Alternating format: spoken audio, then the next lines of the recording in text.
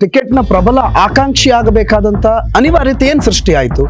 ಪಕ್ಷಕ್ಕೆ ಅನಿವಾರ್ಯತೆ ಇದೆ, ಜನರಿಗೆ ಅನಿವಾರ್ಯತೆ ಇದೆ. ಮುನಿಯಾಲ್ ಅವರು ನಾಯಕತ್ವ ಸಾಕಾಗ್ತಾ ಇಲ್ವಾ ಕಾಂಗ್ರೆಸ್ಗೆ? ನೀವು ಬರ್ದಿಡ್ಕೊಳ್ಳಿ, ಕೆಲವು ಮಾಡಿದ ಅನಾಚಾರಗಳು ಅಂತ್ಯ ಆಗಿ ಆಗ್ತದೆ. ಕಾರ್ಕಳದ ಕಾಂಗ್ರೆಸ್ನ ಒಳ ಜಗಳ ಸುನಿಲ್ ಕುಮಾರ್ ಅವರನ್ನ ಗೆಲ್ಲಿಸ್ತು. ಗೋಪಾಲ್ ಭಂಡಾರಿ ಅಂದ್ರೆ ಆ ಟೈಮಲ್ಲಿ ಸುನೀಲ್ ಕುಮಾರ್ ಲೆಕ್ಕಕ್ಕೆ ಇರಲಿಲ್ಲ. ಕಾಂಗ್ರೆಸ್ ಹಾಗಾದ್ರೆ ಎಲ್ಲ ಸರಿ ಇದೆಯಾ? ಸಾರಥಿ ಮನಸ್ಸು ಮಾಡಿದ್ರೆ 2 ಜಿಲ್ಲೆದ್ದು ಎಷ್ಟು ಸೀಟ್ ಇದೆ ಎಲ್ಲ ಗೆಲ್ಸ್ತಾರೆ. ಉಸ್ತುವಾರಿ ಸಚಿವರ ವಿರುದ್ಧವಾಗಿ ನೀವು ಮಾತಾಡುವ ನಿಮ್ಮ ನಡೆ ನುಡಿಗೆ ನಿಮಗೆ ಟಿಕೆಟ್ ಸಿಗುತ್ತಾ?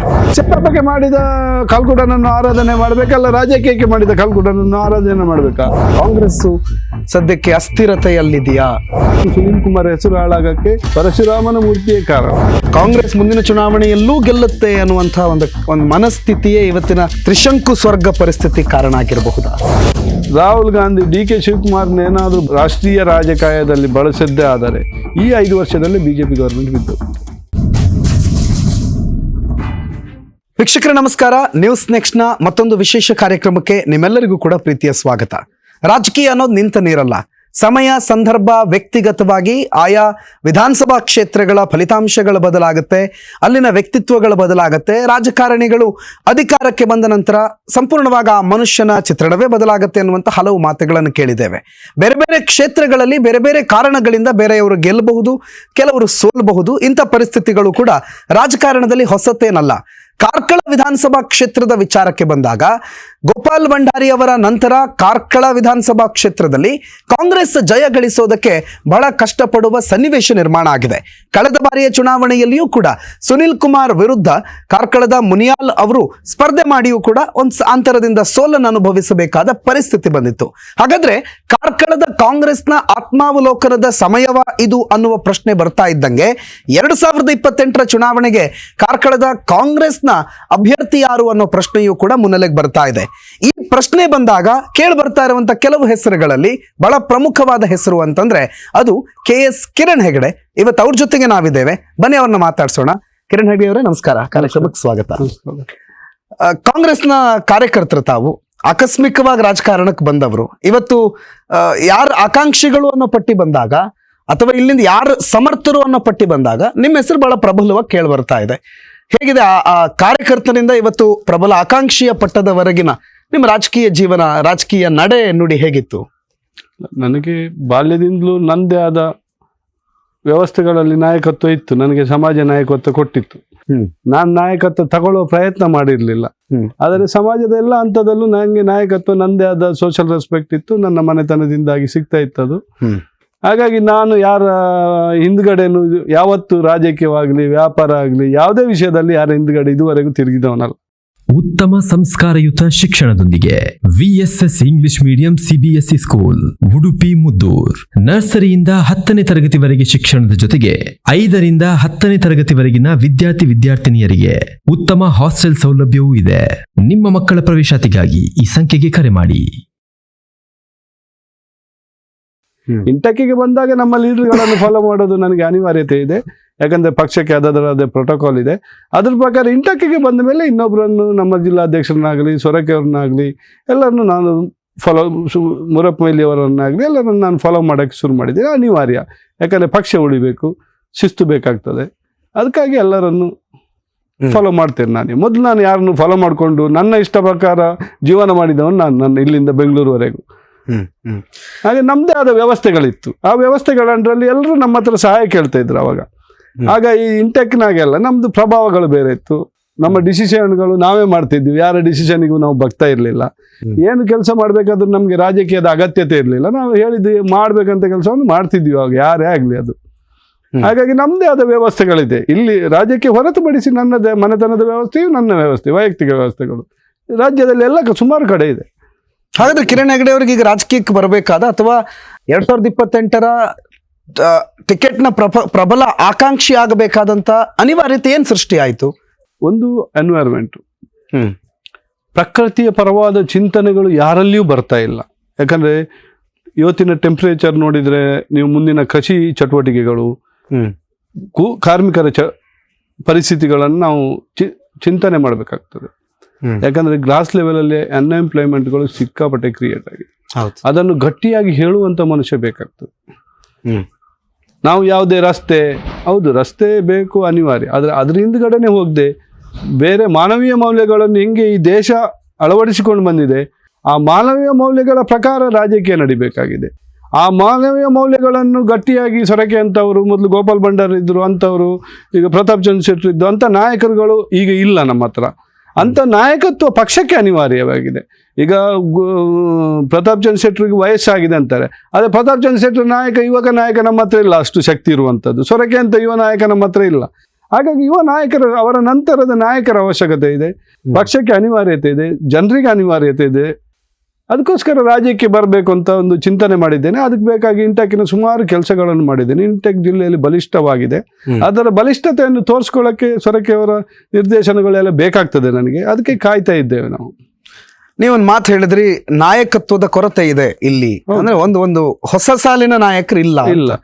ಸಾಮಾನ್ಯವಾಗಿ ಒಂದು ಇಲೆಕ್ಷನ್ ಮುಗಿದ ನಂತರ ಪರಾಜಿತ ಅಭ್ಯರ್ಥಿಯೇ ಮುಂದಿನ ಇಲೆಕ್ಷನ್ ವರೆಗೂ ಆ ಪಕ್ಷದ ನಾಯಕನಂತೆ ವರ್ತಿಸ್ತಾನೆ, ಅಥವಾ ಡಿಸಿಷನ್ ಅನ್ನೋ ಪ್ರಶ್ನೆ ಬಂದಾಗ ಆ ವ್ಯಕ್ತಿಯ ಡಿಸಿಷನ್ ಬಹಳ ಮ್ಯಾಟರ್ ಆಗುತ್ತೆ. 224 ಲೋಕಸಭಾ ಕ್ಷೇತ್ರಗಳಲ್ಲಿ ಲಾಸ್ಟ್ ಕಂಟೆಸ್ಟ್ ಮಾಡಿರೋ ಅಭ್ಯರ್ಥಿ ಅನ್ನೋ ಒಂದು ಮರ್ಯಾದೆ ಒಂದು ಕಡೆ, ಮತ್ತು ಪಕ್ಷ ಗುರುತಿಸಿದೆ ಅನ್ನುವಂಥ ಒಂದು ಕಾರಣ. ಅವರನ್ನೂ ನೀವು ಇವತ್ತು ನಾಯಕತ್ವ ಇಲ್ಲ ಅಂತ ಹೇಳ್ತೀರಾ. ಮುನಿಯಾಲ್ ಅವರು, ಅವರ ನಾಯಕತ್ವ ಸಾಕಾಗ್ತಾ ಇಲ್ವಾ ಕಾಂಗ್ರೆಸ್ಸಿಗೆ ಕಾರ್ಕಳದಲ್ಲಿ ಸದೃಢವಾಗಿರೋದಕ್ಕೆ? ನಾನು ಕ್ಯಾಂಡಿಡೇಟ್ ಬಗ್ಗೆ ಮಾತಾಡ್ತಾ ಇಲ್ಲ. ಪಕ್ಷಕ್ಕೆ ಅದರದ್ದೇ ಆದ ಒಂದು ವ್ಯವಸ್ಥೆಗಳಿದೆ. ಆ ವ್ಯವಸ್ಥೆಗಳಲ್ಲಿ ಪಕ್ಷ ನಡಿಬೇಕಾಗ್ತದೆ.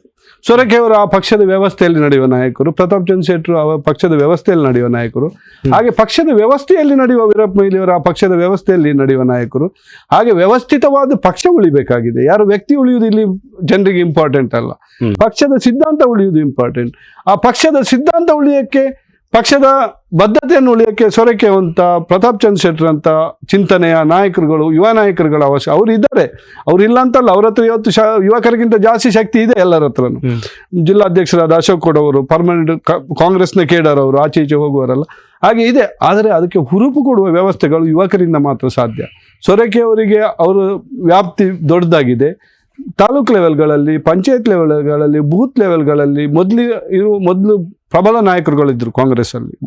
ಕಾರ್ಕಳದಲ್ಲಿ ನೀವು ಇಮ್ಯಾಜಿನೇಷನ್ ಮಾಡಲ್ಲ, 1,000 ಹುಡುಗರ ತಂಡ ಇತ್ತು ವೀರಪ್ಪ ಮೊಯ್ಲಿ ಅವರೊಟ್ಟಿಗೆ. ಅವ್ರು ಎಷ್ಟು ಬಲಿಷ್ಠರು ಅಂದ್ರೆ ಅವ್ರು ಇಡೀ ದೇಶವನ್ನು ಆಳುವಷ್ಟು ತಾಕತ್ತಿತ್ತು ಅವ್ರ ಹತ್ರ. ಸೈನ್ಯ ಆ ಥರ ಇದ್ರು ಅವರು ಆವಾಗ. ಈಗ ಅಂತ ಸೈನ್ಯ ಇಲ್ಲ, ಅಂತ ಸೈನ್ಯ ಮಾಡಬೇಕಾಗ್ತದೆ. ಈಗ ವೇಕೆನ್ಸಿ ಕ್ರಿಯೇಟ್ ಆಗಿದೆಯಾ? ಈಗ ನೀವು ಅಭ್ಯರ್ಥಿ ಅಂತ ನಾನು ಅಭ್ಯರ್ಥಿ ಆಗುವ ಮನಸ್ಸಿದೆ, ಇಚ್ಛೆ ಇದೆ ಅಂತಂದಾಗ ಒಂದು ಜಾಗ ಅನ್ನೋದು ಬೇಕಲ್ಲ, ಅಲ್ಲಿ ಒಂದು ಖಾಲಿ ಜಾಗ ಇದ್ರೆ ಮಾತ್ರ ನೀವು ಅಲ್ಲಿ ತುಂಬೋದಕ್ಕೆ ಸಾಧ್ಯ. ಅಂತ ವೇಕೆನ್ಸಿ ಕಾರ್ಕಳ ಕಾಂಗ್ರೆಸ್ ಅಲ್ಲಿ ಕ್ರಿಯೇಟ್ ಆಗಿದೆಯಾ? ಕಾರ್ಕಳ ಕಾಂಗ್ರೆಸ್ ಅಲ್ಲ, ಕಾರ್ಕಳದಲ್ಲಿ ನೋಡಿ, ನನ್ನ ಜನಾಂಗ ಈ ಕಾರ್ಕಳಕ್ಕೆ ಅತಿ ಹೆಚ್ಚು ಸೇವೆ ಮಾಡಿದ ಜನಾಂಗ. ನಾನು ಶೈವ, ಹೆಗ್ಡೆ, ಮಲ್ಲಾರ್ ಹೆಗ್ಡೆ ಅಂತಾರೆ. ಕಾಪಲ್ಲಿ ಮಲ್ಲಾರ್ ಕೋಟೆ. ಯಾವುದೇ ದೇವತಾ ಆರಾಧನೆ, ಭೂತಾರಾಧನೆ ಪದ್ಧತಿಗಳಿರ್ಬೋದು, ಅತಿ ಇತಿಹಾಸದಲ್ಲಿ ನನ್ನ ಮನೆತನದಿಂದ ಶುರುವಾದದ್ದು. ಹಾಗಾಗಿ ರಾಜಕೀಯವಾಗಿ ನನ್ನ ಒಬ್ಬ ಸೋದರ ಸಂಬಂಧಿ ದಿವಾಕರ್ ಹೆಗ್ಡೆ ಅಂತ ಇದ್ದ, NSC ಅಧ್ಯಕ್ಷ ಆಗಬೇಕಿತ್ತು. ಕಾರಣಾಂತರದಿಂದ ಅವನಿಗೆ ಇಲ್ಲ. ನಮಗೆ ಅವಕಾಶಗಳು ಸಿಕ್ಕಿಲ್ಲ. ಕಮಲ ಚಟ್ಟೋಪಾಧ್ಯಾಯ ಸಮಯದಲ್ಲಿ ಅಲ್ಲಿ ನಮ್ಮ ಅರಮನೆ ಇದೆ, ನಮ್ಮ ಮೂಲ ಮನೆ ಇದೆ. ಆ ಮನೆಗೆ ಕಮಲ ಚಟ್ಟೋಪಾಧ್ಯಾಯ ಬಂದು ಆ ಕಾಂಗ್ರೆಸ್ಸಿನ ಪ್ರಚಾರಕ್ಕೆ ಇಲ್ಲೇ ಬಂದು ನಿಲ್ತಾ ಇದ್ರು. ನನ್ನ ಅಜ್ಜಿ ಶಿವಪ್ಪ ಹೆಗ್ಡೆ ಅವರಿಗೆ ಕಾರ್ ಬೇಕು, ಅವ್ರು ಓಡಾಡೋಕ್ಕೆ ವ್ಯವಸ್ಥೆಗಳು ಏನು ಬೇಕು, ಅವರಿಗೆ ಸೆಕ್ಯೂರಿಟಿ ಏನು ಬೇಕು, ಅವ್ರ ಹತ್ರ ಅಷ್ಟು ಬಲಾಢ್ಯರಾಗಿದ್ರು. ಅವ್ರು ಕೊಡ್ತಾ ಇದ್ರು ಅವಾಗ. ಆವತ್ತಿಂದ ಇವತ್ತುವರೆಗೂ ಕುಂದಾಪುರದಲ್ಲಿ ಕೊರಗೆ ಹೆಗ್ಡೆ ಇರ್ಬೋದು, ನನ್ನ ತಂದೆ ಅವರೆಲ್ಲ ಕಾಂಗ್ರೆಸ್ ಅಲ್ಲೇ ಇದ್ದವರು, ಕಾಂಗ್ರೆಸ್ನ ಬ್ಯಾಕಪ್ ಅಲ್ಲೇ ಇದ್ದವರು. ಹಾಗೆ ನಾವು 100 ವರ್ಷ ಕಂಟಿನ್ಯೂಸ್ ಪಕ್ಷಕ್ಕೆ ಸೇವೆ ಮಾಡಿದ್ದೇವೆ. ಜನರ ಕೆಲಸ, ಪಕ್ಷ ಸೇವೆಗಿಂತಲೂ ಪಕ್ಷದ ಸಿದ್ಧಾಂತಕ್ಕೆ ಬದ್ಧವಾಗಿದ್ದೇವೆ. ಯಾವುದೇ ಅಧಿಕಾರ ಆಗಲಿ, ಯಾವುದೇ ದುಡ್ಡಿನಿಂದ ನಾವು ಹೋದವರಲ್ಲ. ನಮ್ಮ ಕೈಯಿಂದ ದುಡ್ಡುಗಳು ಖರ್ಚಾಗಿದ್ದಲ್ಲದೆ 4-5 ಜನರೇಷನ್ ನಾವು ಯಾವುದೇ ₹1 ರಾಜಕೀಯವಾಗಿ ಮಾಡಿದ್ದೇವೆ ಅಂತ ಹೇಳಿದ್ರೆ, ಯಾರಾದರೂ ಹೇಳಿದರೆ ಅದನ್ನು ಪ್ರೂವ್ ಮಾಡಿದರೆ ನಾನು ಯಾರು ಹೇಳಿದ ಕೆಲಸನ ಮಾಡ್ತೇನೆ. ಹಾಗಾಗಿ ನನ್ನವರೆಗೂ ನಾವು ಯಾವುದೇ ರಾಜಕೀಯರ ₹5 ಲಾಭ ದುಡ್ಡಿಗೋಸ್ಕರ ರಾಜಕೀಯ ಮಾಡಿದವರಲ್ಲ. ನಾನು ಸಿದ್ಧಾಂತಕ್ಕೋಸ್ಕರ ನಾನು ತುಂಬ ರಾಜಕೀಯ ಮಾಡಿದ್ದೇನೆ. ದೇಶದ, ರಾಜ್ಯದ ಎಲ್ಲೆಲ್ಲಿ ನನ್ನ ಗೆಳೆಯರು ನಿಂತಾಗ ಹೋಗಿ ಕೆಲಸ ಮಾಡಿದ್ದೇನೆ, ಅವ್ರನ್ನ ಗೆಲ್ಲಿಸೋ ಪ್ರಯತ್ನ ಮಾಡಿದ್ದೇನೆ. ಅದೇ ದುಡ್ಡು ತಗೊಂಡು ಮಾಡಲಿಲ್ಲ, ನನ್ನ ದುಡ್ಡಲ್ಲೇ ಮಾಡಿದ್ದೇನೆ ಇದುವರೆಗೆ. ನನ್ನ ಕಷ್ಟದ ದುಡ್ಡು, ಆ ಕಷ್ಟದ ದುಡ್ಡಲ್ಲೇ ಮಾಡಿದ್ದೇನೆ. ಮತ್ತು ನಾನು ಸೈದ್ಧಾಂತಿಕ ನಿಲುವಲ್ಲಿ ಶಾಲಾ ಜೀವನದಿಂದಲೂ ನಾನು ಪರಿಪಕ್ವವಾಗಿದ್ದೇನೆ. ನನಗೆ ಪ್ರಕೃತಿ ಬರೋ ಕಾಳಜಿ ಇದೆ. ಕೃಷಿ ಬಗ್ಗೆ ಅಪರಿತ ದನ, ಕರು, ಪ್ರಾಣಿ, ಪಕ್ಷಿಗಳ ವಿಪರೀತ ಪ್ರೀತಿ ಇದೆ. ಅದಕ್ಕಾಗಿ ನನ್ನ ಎಜುಕೇಷನ್ಗಳು ನನ್ನ ಮನೆತನದವರು ಎಣಿಸುವ ಲೆವೆಲಲ್ಲಿ ನನಗೆ ಎಜುಕೇಷನ್ ತಗೊಳ್ಳಿಕ್ಕೆ ಆಗಲಿಲ್ಲ. ಕಳೆದ ಚುನಾವಣೆ ಸಂದರ್ಭದಲ್ಲಿ ಎಲ್ಲಿದ್ರಿ ಕಿರಣ್ ಹೆಗಡೆ ಅವರೇ? ಮುನಿಯಾಲ್ ಅವ್ರ ಜೊತೆಗಿದ್ರ? ಪ್ರಚಾರ ಸಭೆಯಲ್ಲಿದ್ರ? ಇದ್ದೆ. ಪ್ರಚಾರಕ್ಕೆ ಭಾಗಿಯಾಗ್ತಿದ್ರ? ಈಗ ಒಂದು ವರ್ಷದ ಹಿಂದೆ ನಾನು ಸಂತೋಷ್ ಡಾಕ್ಟರ್ ಕ್ಯಾಂಡಿಡೇಟ್ ಆಗ್ಬೇಕಂತ ನನ್ನ ಇಚ್ಛೆ ಇತ್ತು. ಅಂದ್ರೆ ಸಂತೋಷ್ ಡಾಕ್ಟರ್ಗೆ ಏನೋ ಸಮಸ್ಯೆ ಇದ್ದಕೊಂಡು ಅವರು ರಾಜಕೀಯಕ್ಕೆ ಸಕ್ರಿಯವಾಗ್ಲಿಕ್ಕೆ ಆಗಲಿಲ್ಲ. ನಾನು ಅದರ ಬಗ್ಗೆ ಚರ್ಚೆ ಮಾಡ್ತಾ ಇದ್ದೆ. ಸಂತೋಷ್ ಡಾಕ್ಟರ್ ಹತ್ರ ಮಾಡಿಲ್ಲ ಅಂದ್ರೆ ಬೇರೆಯವ್ರ ಹತ್ರ ಎಲ್ಲ ನಾನು ಅದನ್ನು ಚರ್ಚೆ ಮಾಡ್ತಾ ಇದ್ದೆ. ಸಂತೋಷ್ ಡಾಕ್ಟರ್ ಆದರೆ ಸುಲಭದಲ್ಲಿ ಗೆಲ್ಲುವ ಅಭ್ಯರ್ಥಿ ನಮ್ಮದು ಅಂತ. ಆಮೇಲೆ 2ನೇ ರೌಂಡ್ ಬರುವಾಗ ಮಂಜುನಾಥ್ ಪೂಜಾರಿ, ವೀರಪ್ಪ ಮೊಯ್ಲಿ ಅವರು ಹೇಳಿದ್ರು ಮಂಜುನಾಥ್ ಪೂಜಾರಿ ಇಲ್ಲ ಕೃಷ್ಣ ಶೆಟ್ಟಿಗೆ ಟಿಕೆಟ್ ಕೊಡ್ತೇವೆ ಅಂತ. ನಾನು ಇಬ್ಬರ ಜೊತೆಗಿದ್ದೆ, ಇಬ್ರು ಏನು ಹೇಳಿದ್ರು ಕೆಲಸ ಮಾಡಿದ್ದೇನೆ. ಅವರಿಬ್ಬರಿಗೂ ನಾನು ಮಾತು ಕೊಟ್ಟಿದ್ದೆ, ಗೆಲ್ಲುವ ಏನು ಮಾರ್ಜಿನ್ ಇದೆ, 5,000 10,000 ಓಟ್ ಇದೆ, ಅದನ್ನು ಮಾಡಿಕೊಡುವ ಕೆಲಸ ನಂದು ಅಂತ ನಾನು ಮಂಜುನಾಥ್ ಪೂಜಾರಿ ಅವ್ರ ಹತ್ರನೇ ಹೇಳಿದ್ದೇನೆ. ಕೃಷ್ಣ ಶೆಟ್ಟರ್ ಹತ್ರ ಯಾವ ಮಾರ್ಗದಲ್ಲಿ ಬೇಕಾದ್ರೂ ಆಗ್ಬೋದು, ನೀವು ಗೆಲ್ಲುವ ವ್ಯವಸ್ಥೆ ಮಾಡಿಕೊಡುವ ಕೆಲಸ ನಂದು ಅಂತ ನಾನು ಅವರಿಗೆ ಪ್ರಾಮಿಸ್ ಕೊಟ್ಟಿದ್ದೇನೆ. ಮತ್ತೆ ಕಾಂಗ್ರೆಸ್ ಅಭ್ಯರ್ಥಿ ನಿಂತಾಗಲೂ ನಾವು ಈ ಏರಿಯಾದಲ್ಲಿ ನಮ್ಮ ಈ ಸುತ್ತಮುತ್ತ ಅತಿ ಹೆಚ್ಚು ನಾವು ಎಲ್ಲೆಲ್ಲಿ ಕೆಲಸ ಮಾಡಿದ್ದೇವೆ ಅಲ್ಲೆಲ್ಲ ಅತಿ ಹೆಚ್ಚು ಓಟ್ ಬಂದಿದ್ದು ನಮ್ಮ ಹುಡುಗರು ಎಲ್ಲಿದ್ದಾರೆ ಅಲ್ಲೇ ಓಟ್ ಬಂದಿದ್ದು. ಲಾಸ್ಟ್ ಟೈಮ್ ಕೂಡ ರೆಂಜಾಳ ಇರ್ಬೋದು, ಸಕ್ರಿಯವಾಗಿ ರೆಂಜಾಳದಲ್ಲಿ ಅತಿ ಹೆಚ್ಚು ಕೆಲಸ ಮಾಡಿದ್ದೇನೆ ನಾನು. ಫಸ್ಟ್ ನಾವು ಟಾರ್ಗೆಟ್ ಮಾಡಿದ್ದೆ ರೆಂಜಾಳ. ಮಂಜುನಾಥ್ ಪೂಜಾರಿ ಇಲ್ಲ ಕೃಷ್ಣ ಶೆಟ್ಟಿ ಕ್ಯಾಂಡಿಡೇಟ್ ಆದರೆ ವೀಕೆಸ್ಟ್ ಏರಿಯಾಗಳಲ್ಲಿ ಸೆಂಟ್ರ್ ಪಾಯಿಂಟ್ ಮಾಡಿಕೊಂಡು ರೆಂಜಾಳಕ್ಕೆ ಟಾರ್ಗೆಟ್, ಯಾಕಂದರೆ ಕಾಂತಾವರ ಮತ್ತು ಅದರ ಪಕ್ಕದ ಕೆಲವು ಏರಿಯಾಗಳು ವೀಕ್ ಇತ್ತು, ಅದನ್ನು ಸ್ಟ್ರಾಂಗ್ ಮಾಡಬೇಕಾದ್ರೆ ನಂತರ ರೆಂಜಾಳದಲ್ಲಿ ತುಂಬ ನನ್ನ ಗೆಳೆಯರ ಒಂದು ಜನಾಂಗದ ಗೆಳೆಯರ ಎಲ್ಲ ಒಂದು ತಂದಟ್ಟು ಅದನ್ನು ಫಸ್ಟಿಗೆ ಆ್ಯಕ್ಟಿವ್ ಮಾಡಿದ್ದೆ ನಾನು. ಹಾಗೆ ನಾನು ಸುಮಾರು ಇನ್ನೂ ಕಡೆ ಈ ಪಕ್ಕದ ವಾರ್ಡ್ ಕುಕ್ಕುಂದೂರು ವಾರ್ಡ್ ಇತ್ತು, ಅಲ್ಲಿ ಯಾರೆಲ್ಲ ನಮ್ಮ ಬೇರೆ ಪಕ್ಷದಲ್ಲಿ ಅವ್ರಿಗೆ ಏನು ಸಹಾಯ ಬೇಕು ಒಂದು 2-3 ವರ್ಷದಿಂದ ಮಾಡಿ ನಾವು ಅದನ್ನು ಮಂಜುನಾಥ್ ಪೂಜಾರಿಯನ್ನು ಗೆಲ್ಲಿಸಲಿಕ್ಕೆ ವ್ಯವಸ್ಥೆ ಮಾಡ್ತಾ ಇದ್ವಿ. ಇಲ್ಲ ಕೃಷ್ಣ ಶೆಟ್ಟರು, ನೀಲಕೃಷ್ಣ ಶೆಟ್ಟರು ನಿತ್ರೆ. 2018ರ ಚುನಾವಣೆಯಲ್ಲಿ ಸುನಿಲ್ ಕುಮಾರ್ ಸುಮಾರು 30,000 ಲೀಡ್ ತಗೊಂಡಿದ್ರು. 2023ರ ಚುನಾವಣೆಯಲ್ಲಿ ಸುಮಾರು 4,000 ಚಿಲ್ಲರೆ ಆಸ್ಪಾಸಲ್ಲಿ ಲೀಡ್ ಇತ್ತು. ಅದು ಸುನಿಲ್ ಕುಮಾರ್ ಅವರ ಗೆಲುವು ಅನ್ನೋದಕ್ಕಿಂತ ಕಾರ್ಕಳ ಕಾಂಗ್ರೆಸ್ಸಿನ ಸೋಲು ಅಂತ ಹೇಳಲಾಗ್ತದೆ. ಸುನಿಲ್ ಕುಮಾರ್ ಅವರಿಗೆ ಗೆಲ್ಲುವ ಸಾಮರ್ಥ್ಯ ಎಷ್ಟಿದೆಯೋ ಇಲ್ವೋ ಗೊತ್ತಿಲ್ಲ, ಆದ್ರೆ ಕಾರ್ಕಳದ ಕಾಂಗ್ರೆಸ್ನ ಒಳ ಜಗಳ ಸುನಿಲ್ ಕುಮಾರ್ ಅವರನ್ನ ಗೆಲ್ಲಿಸ್ತು. ಇಲ್ಲಿ ಇರುವವರಲ್ಲೇ ಸರಿ ಇಲ್ಲ, ಹಾಗಾಗಿ ಕಾಂಗ್ರೆಸ್ ಸೋಲ್ತಾ ಇದೆ ಕಳೆದ 10 ವರ್ಷಗಳಿಂದ, 1 ದಶಕದಿಂದ ಅಂತ. ಸುನಿಲ್ ಕುಮಾರ್ ಗೆಲ್ಲುವ ಅಭ್ಯರ್ಥಿ ಅಲ್ಲ, ಗೋಪಾಲ್ ಭಂಡಾರಿ ಗೆಲ್ಲಬೇಕಿತ್ತು. ಅದಕ್ಕೆ ಯಾರು ವಿರೋಧ ಮಾಡಿದ್ದಾರೆ ಅವರ ಆತ್ಮಾವಲೋಕನ ಮಾಡ್ಕೊಳ್ಬೇಕು. ಆ ವೇವಲ್ಲಿ ಒಬ್ಬ ಬಡ ಕುಟುಂಬದಿಂದ ಬಂದವನು, ಮಿನಿಸ್ಟರ್ ಆಗುವ ಅವಕಾಶಗಳಿತ್ತು. ಗೋಪಾಲ್ ಭಂಡಾರಿ ಅಂದರೆ ಆ ಟೈಮಲ್ಲಿ ಸುನಿಲ್ ಕುಮಾರ್ ಲೆಕ್ಕಕ್ಕೆ ಇರಲಿಲ್ಲ, ಆ ಥರ ವಾತಾವರಣ ಇತ್ತು. ಮೊನ್ನೆ ಸುನಿಲ್ ಕುಮಾರಿಗೆ ಹೇಗೆ ವಾತಾವರಣ ಇತ್ತೋ ಆ್ಯಂಟಿ, ಆ ಇಲೆಕ್ಷನ್ ಅಲ್ಲಿ ಸುನಿಲ್ಗೆ ಅದೇ ಥರ ಆ್ಯಂಟಿ ವಾತಾವರಣ ಇತ್ತು. ಮತ್ತು ಗೋಪಾಲ್ ಭಂಡಾರಿ ಅವರ ಹತ್ರ ಅಷ್ಟು ದೊಡ್ಡ ಪ್ರಬಲ ಟೀಮ್ ಇತ್ತು. ನಾನು ಗೋಪಾಲ್ ಭಂಡಾರಿ ಹತ್ರ ಆಗ ಒಂದು ಚರ್ಚೆ ಮಾಡಿದ್ದೇನೆ, ಸ್ವಲ್ಪ ವೀಕ್ನೆಸ್ಗಳಿದೆ, ನಾವು ಸರಿ ಮಾಡ್ಕೊಳ್ಬೇಕು, ಇಲ್ಲಾಂದರೆ ಕಷ್ಟ ಆಗ್ಬೋದು, ನೀವು ವೇವ್ ಇದೆ ಅಂತ. ಆದರೆ ಗೋಪಾಲ್ ಭಂಡಾರಿಯವರು ಗೆಲ್ತೇನೆನ್ನುವ ಇದರಲ್ಲಿ ಸ್ವಲ್ಪ ಅವರ ಕಾರ್ಯವೈಖರಿಯನ್ನು ಇಲೆಕ್ಷನ್ ಟೈಮಲ್ಲಿ ನಾನು ಸರ್ವಿಸ್ ಮಾಡಿದ್ದೇನೆ, ಜನರ ಸೇವೆ ಮಾಡಿದ್ದೇನೆ, ಹಾಗಾಗಿ ದೊಡ್ಡ ಮಟ್ಟದ ವೋಟ್ ನನಗೆ ಆಟೋಮೆಟಿಕ್ ಆಗಿ ಬರುತ್ತೆ. ಫಸ್ಟ್ ಇಲೆಕ್ಷನಲ್ಲಿ ಹೇಗೆ 23,000ದಲ್ಲಿ ಗೆದ್ದು ಈ ಇಲೆಕ್ಷನಲ್ಲೂ ಅದೇ ಅಂತರದಿಂದ ಗೆಲ್ತೇನೆ ಅನ್ನುವ ಚಿಂತನೆ ಗೋಪಾಲ್ ಭಂಡಾರಿಯವರು ಇತ್ತು. ಅದು ಅವರ ಸೋಲಿಗೆ, ಆ ಓವರ್ ಕಾನ್ಫಿಡೆನ್ಸ್ ಅವರ ಸೋಲಿಗೆ ಕಾರಣ ಆಯಿತು 2023ರಲ್ಲಿ. ಚಿಕ್ಕ 1,800 ಮಾರ್ಜಿನ್, ಚಿಕ್ಕ ಮಾರ್ಜಿನ್. ಕಾಂಗ್ರೆಸ್ ಹಾಗಾದ್ರೆ ಅದು ಸರಿ ಇದೆಯಾ? ಅವರ ಓವರ್ ಕಾನ್ಫಿಡೆನ್ಸ್ ಮಾತ್ರವೇ ಅವತ್ತಿನ ಕಾಂಗ್ರೆಸ್ ಅಲ್ಲಿ ತುಂಬಾ ಜನ ನನಗೆ ಗೊತ್ತಿದೆ, ನನ್ನ ಹತ್ರ ಲಿಸ್ಟ್ ಇದೆ. ನಾನು ಬೇಕಾದ್ರೆ ಪಕ್ಷಕ್ಕೆ ಹೇಳಿದ್ರೆ ನಾನು ಹೇಳಲಿಕ್ಕೆ ರೆಡಿ ಇದ್ದೇನೆ ಯಾರು ವಿರೋಧ ಚಟುವಟಿಕೆ ಮಾಡಿದ್ರು ಆ ಇಲೆಕ್ಷನ್ ಅಲ್ಲಿ ಅಂತ. ನಾನು 2 ಬೂತಿಗೆ ಆ ಟೈಮಲ್ಲಿ 25,000 ಸಾವಿರ ಕೊಟ್ಟಿದ್ದೇನೆ. ಕುಕ್ಕುಂದೂರು ಬೂತಿಗೂ ಗುಂಡಡ್ಕದ ಬೂತಿಗೂ ದುಡ್ಡು ಕೊಟ್ಟಿದ್ದೇನೆ. ಅವಾಗ ನನ್ನ ವ್ಯಾಪ್ತಿ ಇಷ್ಟೇ ಇತ್ತು. ಅವಾಗ ನಾನು ಹೊರಗಡೆ ಹೋಗ್ತಾ ಇರಲಿಲ್ಲ, ನನಗೆ ಅಗತ್ಯ ಇರಲಿಲ್ಲ. ಈ ವ್ಯಾಪ್ತಿಯಲ್ಲಿ ನನ್ನ ತಂದೆ ಸಹ ಈ ವ್ಯಾಪ್ತಿಯಲ್ಲಿ ಕೆಲಸ ಮಾಡಿದ್ರೆ ನಾನು ಈ ವ್ಯಾಪ್ತಿಯಲ್ಲೇ ಕೆಲಸ ಮಾಡ್ಕೊಂಡಿದ್ದೆ. ಕಾಂಗ್ರೆಸ್ ಇಂದ ಕಳೆದ ಬಾರಿ ಕಾರ್ಕಳಕ್ಕೆ ಆಯ್ಕೆ ಮಾಡಿದಂಥ ಅಭ್ಯರ್ಥಿ ಕಾಂಗ್ರೆಸ್ನಲ್ಲಿ ಏನು 2 ಲಕ್ಷ ಕಟ್ಟಬೇಕು, ಅಪ್ಲಿಕೇಶನ್ ಹಾಕಬೇಕು ಅನ್ನುವ ನಿಯಮದಲ್ಲಿ ಇರಲೇ ಇಲ್ಲ. 2 ಲಕ್ಷ ಕಟ್ಟಲು ಇಲ್ಲ, ಅಪ್ಲಿಕೇಶನ್ ಹಾಕಿರಲಿಲ್ಲ. ಆಲ್ ಆಫ್ ಅ ಸಡನ್ ಒಂದು ಅಚ್ಚರಿ ಆಯ್ಕೆ ಅನ್ನೋ ರೀತಿಯಲ್ಲಿ ಕಾಂಗ್ರೆಸ್ ಈ ಕ್ಷೇತ್ರಕ್ಕೆ ಒಂದು ಅಭ್ಯರ್ಥಿಯನ್ನು ಆಯ್ಕೆ ಮಾಡ್ತು. ಅಂದ್ರೆ ಅವರು ಸರ್ವಗುಣ ಸಂಪನ್ನ ಅನ್ನೋ ಕಾರಣಕ್ಕೆ ಕಾಂಗ್ರೆಸ್ ಆಯ್ಕೆ ಮಾಡ್ತೋ, ಅಥವಾ ಸರಿಯಾದಂಥ ಪ್ರತಿಸ್ಪರ್ಧಿ ಯಾರು ಅನ್ನೋ ಪ್ರಶ್ನೆಗೆ ಇವರೇ ಉತ್ತರ ಅಂತ ಕಾಂಗ್ರೆಸ್ ಆಯ್ಕೆ ಮಾಡ್ತೋ, ಅಥವಾ ಇವ್ರನ್ನ ಬಿಟ್ಟರೆ ಬೇರೆ ಯಾರು ಗತಿ ಇಲ್ಲ ನಮಗೆ ಅನ್ನೋ ಕಾರಣಕ್ಕೆ ಕಾಂಗ್ರೆಸ್ ಅವ್ರನ್ನ ಆಯ್ಕೆ ಮಾಡಬೇಕಾದ ಪರಿಸ್ಥಿತಿ ಬಂತು. ಒಂದು ಮಂಜುನಾಥ್ ಪೂಜಾರಿ ಅವರಿಗೆ ಯಾಕೆ ಟಿಕೆಟ್ ಸಿಕ್ಕಿಲ್ಲ ಅಂದರೆ 2 ಬಿಲ್ಲವ ಕ್ಯಾಂಡಿಡೇಟ್ಗಳಿತ್ತು, ಸೊರಕೆ ಮತ್ತು ಗೋಪಾಲ್ ಪೂಜಾರಿ. ಹಾಗೆ 3ನೇ ಕ್ಯಾಂಡಿಡೇಟ್ ಬಿಲ್ಲವ ಕ್ಯಾಂಡಿಡೇಟ್ ಈ ಜಿಲ್ಲೆಯಲ್ಲಿ ತರಲಿಕ್ಕೆ ಪಕ್ಷದ ರೆಡಿ ಇರಲಿಲ್ಲ. ಅದಕ್ಕೋಸ್ಕರ ಒಂದು ಗೋಪಾಲ್ ಪೂಜಾರಿ ಅವರ ಟಿಕೆಟ್ ತಪ್ಪಿತು. ಇನ್ನು ನೀಲಕೃಷ್ಣ ಶೆಟ್ಟಿಗೆ ಸಿಗಬೇಕಿತ್ತು. ಅದು ಪಕ್ಷದ ಚಿಂತನೆಗಳು ಹೇಗಿದೆಯೋ ನಮ್ಗೆ ಗೊತ್ತಿರಲಿಲ್ಲ. ನಾವು ಸ್ವಲ್ಪ ಆ ಟೈಮಲ್ಲಿ ಟಿಕೆಟ್ ಇಬ್ಬರಿಗೆ ತಪ್ಪಿದಾಗ ನನಗೊಂಚೂರು ಈ ರೀತಿ ಕಿರಿಕಿರಿ ಆಗಿತ್ತು. ಯಾಕಂದರೆ ನಾನು ರಾಜಕೀಯ ಬಿಡುವವನಿದ್ದೆ. ಅವಾಗ ಇಲೆಕ್ಷನ್ ಆದ ತಕ್ಷಣ ಸುನಿಲ್ ಕುಮಾರ್ ಸೋಲ್ತಾನೆ, ನಾನು ರಾಜಕೀಯ ಇನ್ನು ಮಾಡೋದಿಲ್ಲ, ಕಡೆ ನನ್ನ ಜೀವನದ ರಾಜಕೀಯ ಕೆಲಸ ಇದು ಲಾಸ್ಟ್ ಅಂತ ನಾನು ಡಿಸೈಡ್ ಮಾಡಿ ಆವಾಗ ನಾನು ನನ್ನ ಹೋಟ್ಲ್ಗಳನ್ನೆಲ್ಲ ಲೀಸಿಗೆ ಕೊಟ್ಟು ನಾನು ಸಕ್ರಿಯವಾಗಿ ಇಲ್ಲಿ ಕೆಲಸ ಮಾಡ್ತಾ ಇದ್ದೆ. ಬೆಳಿಗ್ಗೆ ಎದ್ಕೊಂಡು ಹೋಗ್ತಾ ಇದ್ದೆ, ಏನು ಕೆಲಸ ಮಾಡಬೇಕು, ನನಗೆ ಗೆಲ್ಲುವ ವ್ಯವಸ್ಥೆಗಳಿಗೆ ಏನೇನು ಮಾಡಬೇಕು ಅದನ್ನೆಲ್ಲ ಕರೆದು ಎಲ್ಲೆಲ್ಲಿ ಮಾಡಬೇಕು ಮಾಡ್ತಾ ಇದ್ದೆ. ಆದರೆ ಸಡನ್ ನಾನು 2 ದಿನ ಎಲ್ಲಿಗೂ ಹೋಗಿರಲಿಲ್ಲ. ನಾವು ಸ್ವಲ್ಪ ಅಪ್ಸೆಟ್ ಮೈಂಡಲ್ಲೇ ಇದ್ವಿ 2 ದಿನ. ಏನಪ್ಪ ಇದು ಹೆಂಗೆ ಮಾಡೋದು, ರಾಜ್ಯಕ್ಕೆ ಬಿಡಬೇಕಂತ ಬಂದಿದ್ದೀವಿ, ಆದರೆ ಇದು ಏನಾಗ್ತಾ ಇದೆ, ಇದೇನೋ ಉಲ್ಟಾ ತಿರುಗ್ತಿದ್ದು ಅನ್ನೋ ಚಿಂತನೆಯಲ್ಲಿದ್ವಿ. ನಮ್ಮನ್ನು ಬಳಸುವ ಪ್ರಯತ್ನ ಯಾರು ಮಾಡಲಿಲ್ಲ. ಆವಾಗ ಬಳಸುವ ಪ್ರಯತ್ನ ಮಾಡಬೇಕಿದ್ದು, ಬಳಸುವ ಪ್ರಯತ್ನ ಮಾಡಿಲ್ಲ. ನಮ್ಮ ಕೊಡುವ ಸಲಹೆಗಳನ್ನು ನಾನು ಎಲ್ಲ ಕೊಟ್ಟಿದ್ದೇನೆ. ಏನಾಗ್ತದೆ, ರಿಸಲ್ಟ್ ಏನಾಗ್ತದೆ 15 ದಿನ ಮೊದಲೇ ಹೇಳಿದ್ದೇನೆ ನಾನು. ಏನಾಗ್ಬೋದು, ಎಲ್ಲಿ ವೀಕ್ನೆಸ್ಗಳಿದೆ, ಎಲ್ಲಿ ಸಮಸ್ಯೆಗಳಿದೆ, ಮುನ್ಸಿಪಾಲ್ಟಿಯಲ್ಲಿ ಏನು ಸಮಸ್ಯೆಗಳಿದೆ, ನಾನು ನನ್ನನ್ನು ಕರೆದಿಲ್ಲ ಆದರೂ ಒಂದು ಮೀಟಿಂಗಿಗೆ ಹೋಗಿ ನಾನು ಹೇಳಿ, ನನ್ನ ಜಿಲ್ಲಾಧ್ಯಕ್ಷನಾಗಿ ನನ್ನ ಕರ್ತವ್ಯವನ್ನು ನಾನು ಮಾಡಿದ್ದೇನೆ. ಬಳಸಿಕೊಳ್ಳದೆ ಇರೋದು ಅವ್ರದ್ದು ತೊಂದರೆ. ಯಾಕಂದರೆ ಬೂತ್ನಲ್ಲಿ ಕಾರ್ಯಕರ್ತರು ಇದ್ದಾರೆ, ನಾನು ಹೋದಾಗ ಅವರಿಗೆ ಬೇಜಾರಾಗ್ಬೋದು. ಬಳಸ್ಕೊಳ್ಳೋರು ಬ್ಲಾಕ್ ಅಧ್ಯಕ್ಷರುಗಳು ಅವರು ಇವರು ಬಳಸ್ಕೊಳ್ಬೇಕಿತ್ತು, ಅವ್ರು ಬಳಸ್ಕೊಳ್ಳಲಿಲ್ಲ ಸರಿಯಾಗಿ. ಈ ಏರಿಯಾದಲ್ಲಿ ನನ್ನ ಇಚ್ಛಾಶಕ್ತಿ ಮೊದಲಿಂದ ನಾನು ಇಂಡಿಪೆಂಡೆಂಟ್ ಆಗಿ ಕೆಲಸ ಮಾಡ್ತಾ ಇದ್ದೆ. ಈ ಮೊನ್ನೆನೂ ಮಾಡಿದ್ದೇನೆ ನಾನು. ಈಗ ನಿಮ್ಮ ಕ್ಯಾಂಡಿಡೇಟ್ ಆಯ್ಕೆಯ ಪ್ರೋಸೆಸ್ ಹೇಗೆ?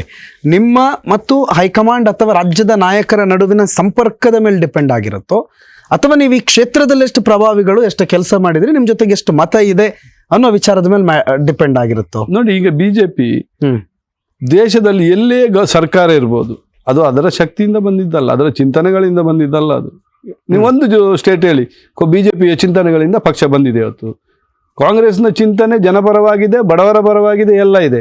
ಆದರೆ ಬಿಜೆಪಿ ಯಾವ ಚಿಂತನೆಯಲ್ಲಿ ಸರ್ಕಾರ ತಂತು? ಮಹಾರಾಷ್ಟ್ರದಲ್ಲಿ ಏನು ಚಿಂತನೆಯಲ್ಲಿ ಸರ್ಕಾರ? ಮೊನ್ನೆ ಒಂದೇನೋ 2,000 ಕೋಟಿ ಏನೋ ದುಡ್ಡು ಸಿಕ್ತು ಅಂತ ಬಂತು, ಎಲ್ಲೋಯ್ತು? UPಯಲ್ಲಿ ಕಾಂಗ್ರೆಸ್ ಒಂದು ತಪ್ಪು ಕೆಲಸ ಮಾಡ್ತು. ಅಖಿಲೇಶ್ ಒಟ್ಟಿಗೆ ಆ ದಿನ ಕುತಂತ್ರ ಮಾಡಿದ, ಪ್ರಶಾಂತ್ ಕಿಶೋರ್ ಕುತಂತ್ರ ಮಾಡಿದ. ರಾಜಕೀಯ ಏನಾಯಿತು, ಅಲ್ಲಿ ಪರ್ಚೇಸ್ ಮಾಡೋಕ್ಕೆ ಜನ ಇರಲಿಲ್ಲ ಬಿಜೆಪಿಯವರಿಗೆ.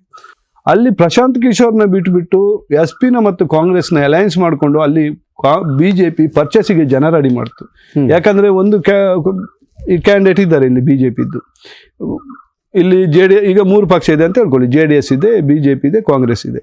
JDS ಪಕ್ಷನ ಅಲಯನ್ಸಲ್ಲಿ JDS ಕಾಂಗ್ರೆಸ್ ಇಲೆಕ್ಷನ್ ಮಾಡ್ತು. ಇಲೆಕ್ಷನ್ ಮಾಡಿದಾಗ ಒಂದೇ 2 ಪಕ್ಷದಲ್ಲಿ ಒಂದು ಪಕ್ಷದ ಕ್ಯಾಂಡಿಡೇಟ್ಗೆ ಟಿಕೆಟ್ ಕೊಡ್ಬೋದು, ಇಬ್ಬರು ನಿಲ್ಲಿಕ್ಕೆ ಆಗೋದಿಲ್ಲ ಅಲಯನ್ಸ್ ಪಾರ್ಟ್ನರಲ್ಲಿ. ಆವಾಗ ಏನು ಮಾಡ್ತಾರೆ, ಕಾಂಗ್ರೆಸ್ ಟಿಕೆಟ್ ಕೊಟ್ಟಲ್ಲಿ JDS ಕ್ಯಾಂಡಿಡೇಟ್ ಅನ್ನೋದು ಅವನ ಬೆಂಬಲಿಗರು ಯಾರಿದ್ದಾರೆ ಅವ್ರನ್ನ ಪರ್ಚೇಸ್ ಮಾಡ್ತಾರೆ. JDSಗೆ ಟಿಕೆಟ್ ಕೊಟ್ಟಾಗ ಕಾಂಗ್ರೆಸ್ ಬೆಂಬಲಿಗರು ಯಾರಿದ್ದಾರೆ ಅವ್ರನ್ನ ದುಡ್ಡು ಕೊಟ್ಟು ಪರ್ಚೇಸ್ ಮಾಡ್ತಾರೆ. ಹಾಗೆ UPಯಲ್ಲಿ ಪರ್ಚೇಸ್ ಮಾಡಿ ಒಂದು ಹಂತದಲ್ಲಿ ಬಿಜೆಪಿ ಇಲೆಕ್ಷನ್ ಗೆದ್ದಿತ್ತು. ಮಹಾರಾಷ್ಟ್ರದಲ್ಲಿ ಹೇಗೆ ಆಯ್ತು ಅಂತ ಪಬ್ಲಿಕ್ಕಿಗೂ ಗೊತ್ತೇ ಅಲ್ಲ. ಬೇರೆ ಕಡೆ ಹೇಗೆ ಆಯಿತು, ಏನು ಪ್ರಯತ್ನ, ಈಗ ಪಶ್ಚಿಮ ಬಂಗಾಳದಲ್ಲಿ ಏನು ಪ್ರಯತ್ನ ನಡೀತಾ ಇದೆ ಅವ್ರು ಗೆಲ್ಲಕ್ಕೆ, ವ್ಯವಸ್ಥೆಗೆ ಓಟು ತೆಗೆಯೋ ಪ್ರಯತ್ನಗಳು ಹೇಗೆ 20% ಓಟು ಡಿಡಕ್ಟ್ ಮಾಡಲೇಬೇಕೆನ್ನೋ ಪ್ರಯತ್ನ ನಡೀತಾ ಇದೆ. ಹಾಗೆ ಅವ್ರ ಹತ್ರ ಡೆಡಿಕೇಟೆಡ್ ಟೀಮ್ಗಳಿದೆ.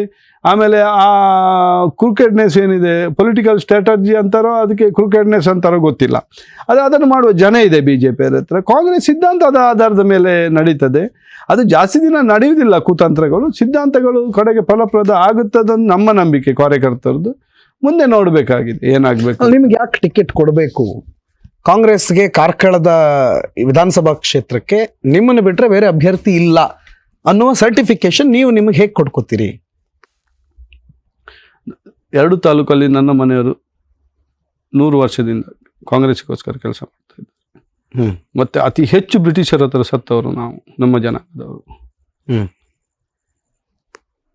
ಮತ್ತೆ ಅತಿ ಹೆಚ್ಚು ಕಾರ್ಕಳಕ್ಕೆ ಸೇವೆ ಮಾಡಿದ ಮನೆತನಗಳಲ್ಲಿ ನನ್ನ ಮನೆತನ ಒಂದು.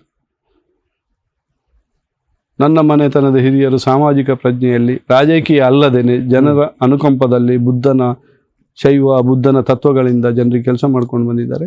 ಹಾಗೆ ನನಗೊಂದು ಅವಕಾಶ ಕೊಡಬೇಕು. ನಾನು ಆಕಾಂಕ್ಷಿ ಅಂತ ನಾನು ಹೇಳ್ತೇನೆ. ಯಾಕಂದರೆ ಮೊನ್ನೆ DK ಶಿವಕುಮಾರ್ ಹೇಳಿದ್ದಾರೆ, ಯಾರು ಬೇಕಾದರೂ ಕ್ಯಾಂಡಿಡೇಟ್ ಆಗ್ಬೋದು, ಕೆಲಸ ಮಾಡೋದು ಮಾತ್ರ ನಿಮ್ಮ ಕೆಲಸ ಅಂತ. ನಾನು ಕೆಲಸ ಮಾಡ್ತಾ ಇದ್ದೇನೆ. ನಾನು ಇಂಟೆಕನ್ನು ಕಟ್ಟಕ್ಕೆ ಏನೇನು ಬೇಕು, ಸದೃಢವಾದ ಇಂಟೆಕನ್ನು ಕಟ್ಟಿದ್ದೇವೆ, ಅದನ್ನು ಎಕ್ಸ್ಪೋಸ್ ಮಾಡ್ತೇವೆ ಸದ್ಯದಲ್ಲೇ, ಎಷ್ಟು ಬಲಿಷ್ಠವಾಗಿದೆ ಇಂಟೆಕ್ ಅಂತ ಅದನ್ನು ಮಾಡ್ತಾ ಇದ್ದೇವೆ. ಅದಕ್ಕೊಂದು ಸ್ಟ್ರಕ್ಚರ್ ಕೊಡ್ತಾ ಇದ್ದೇವೆ.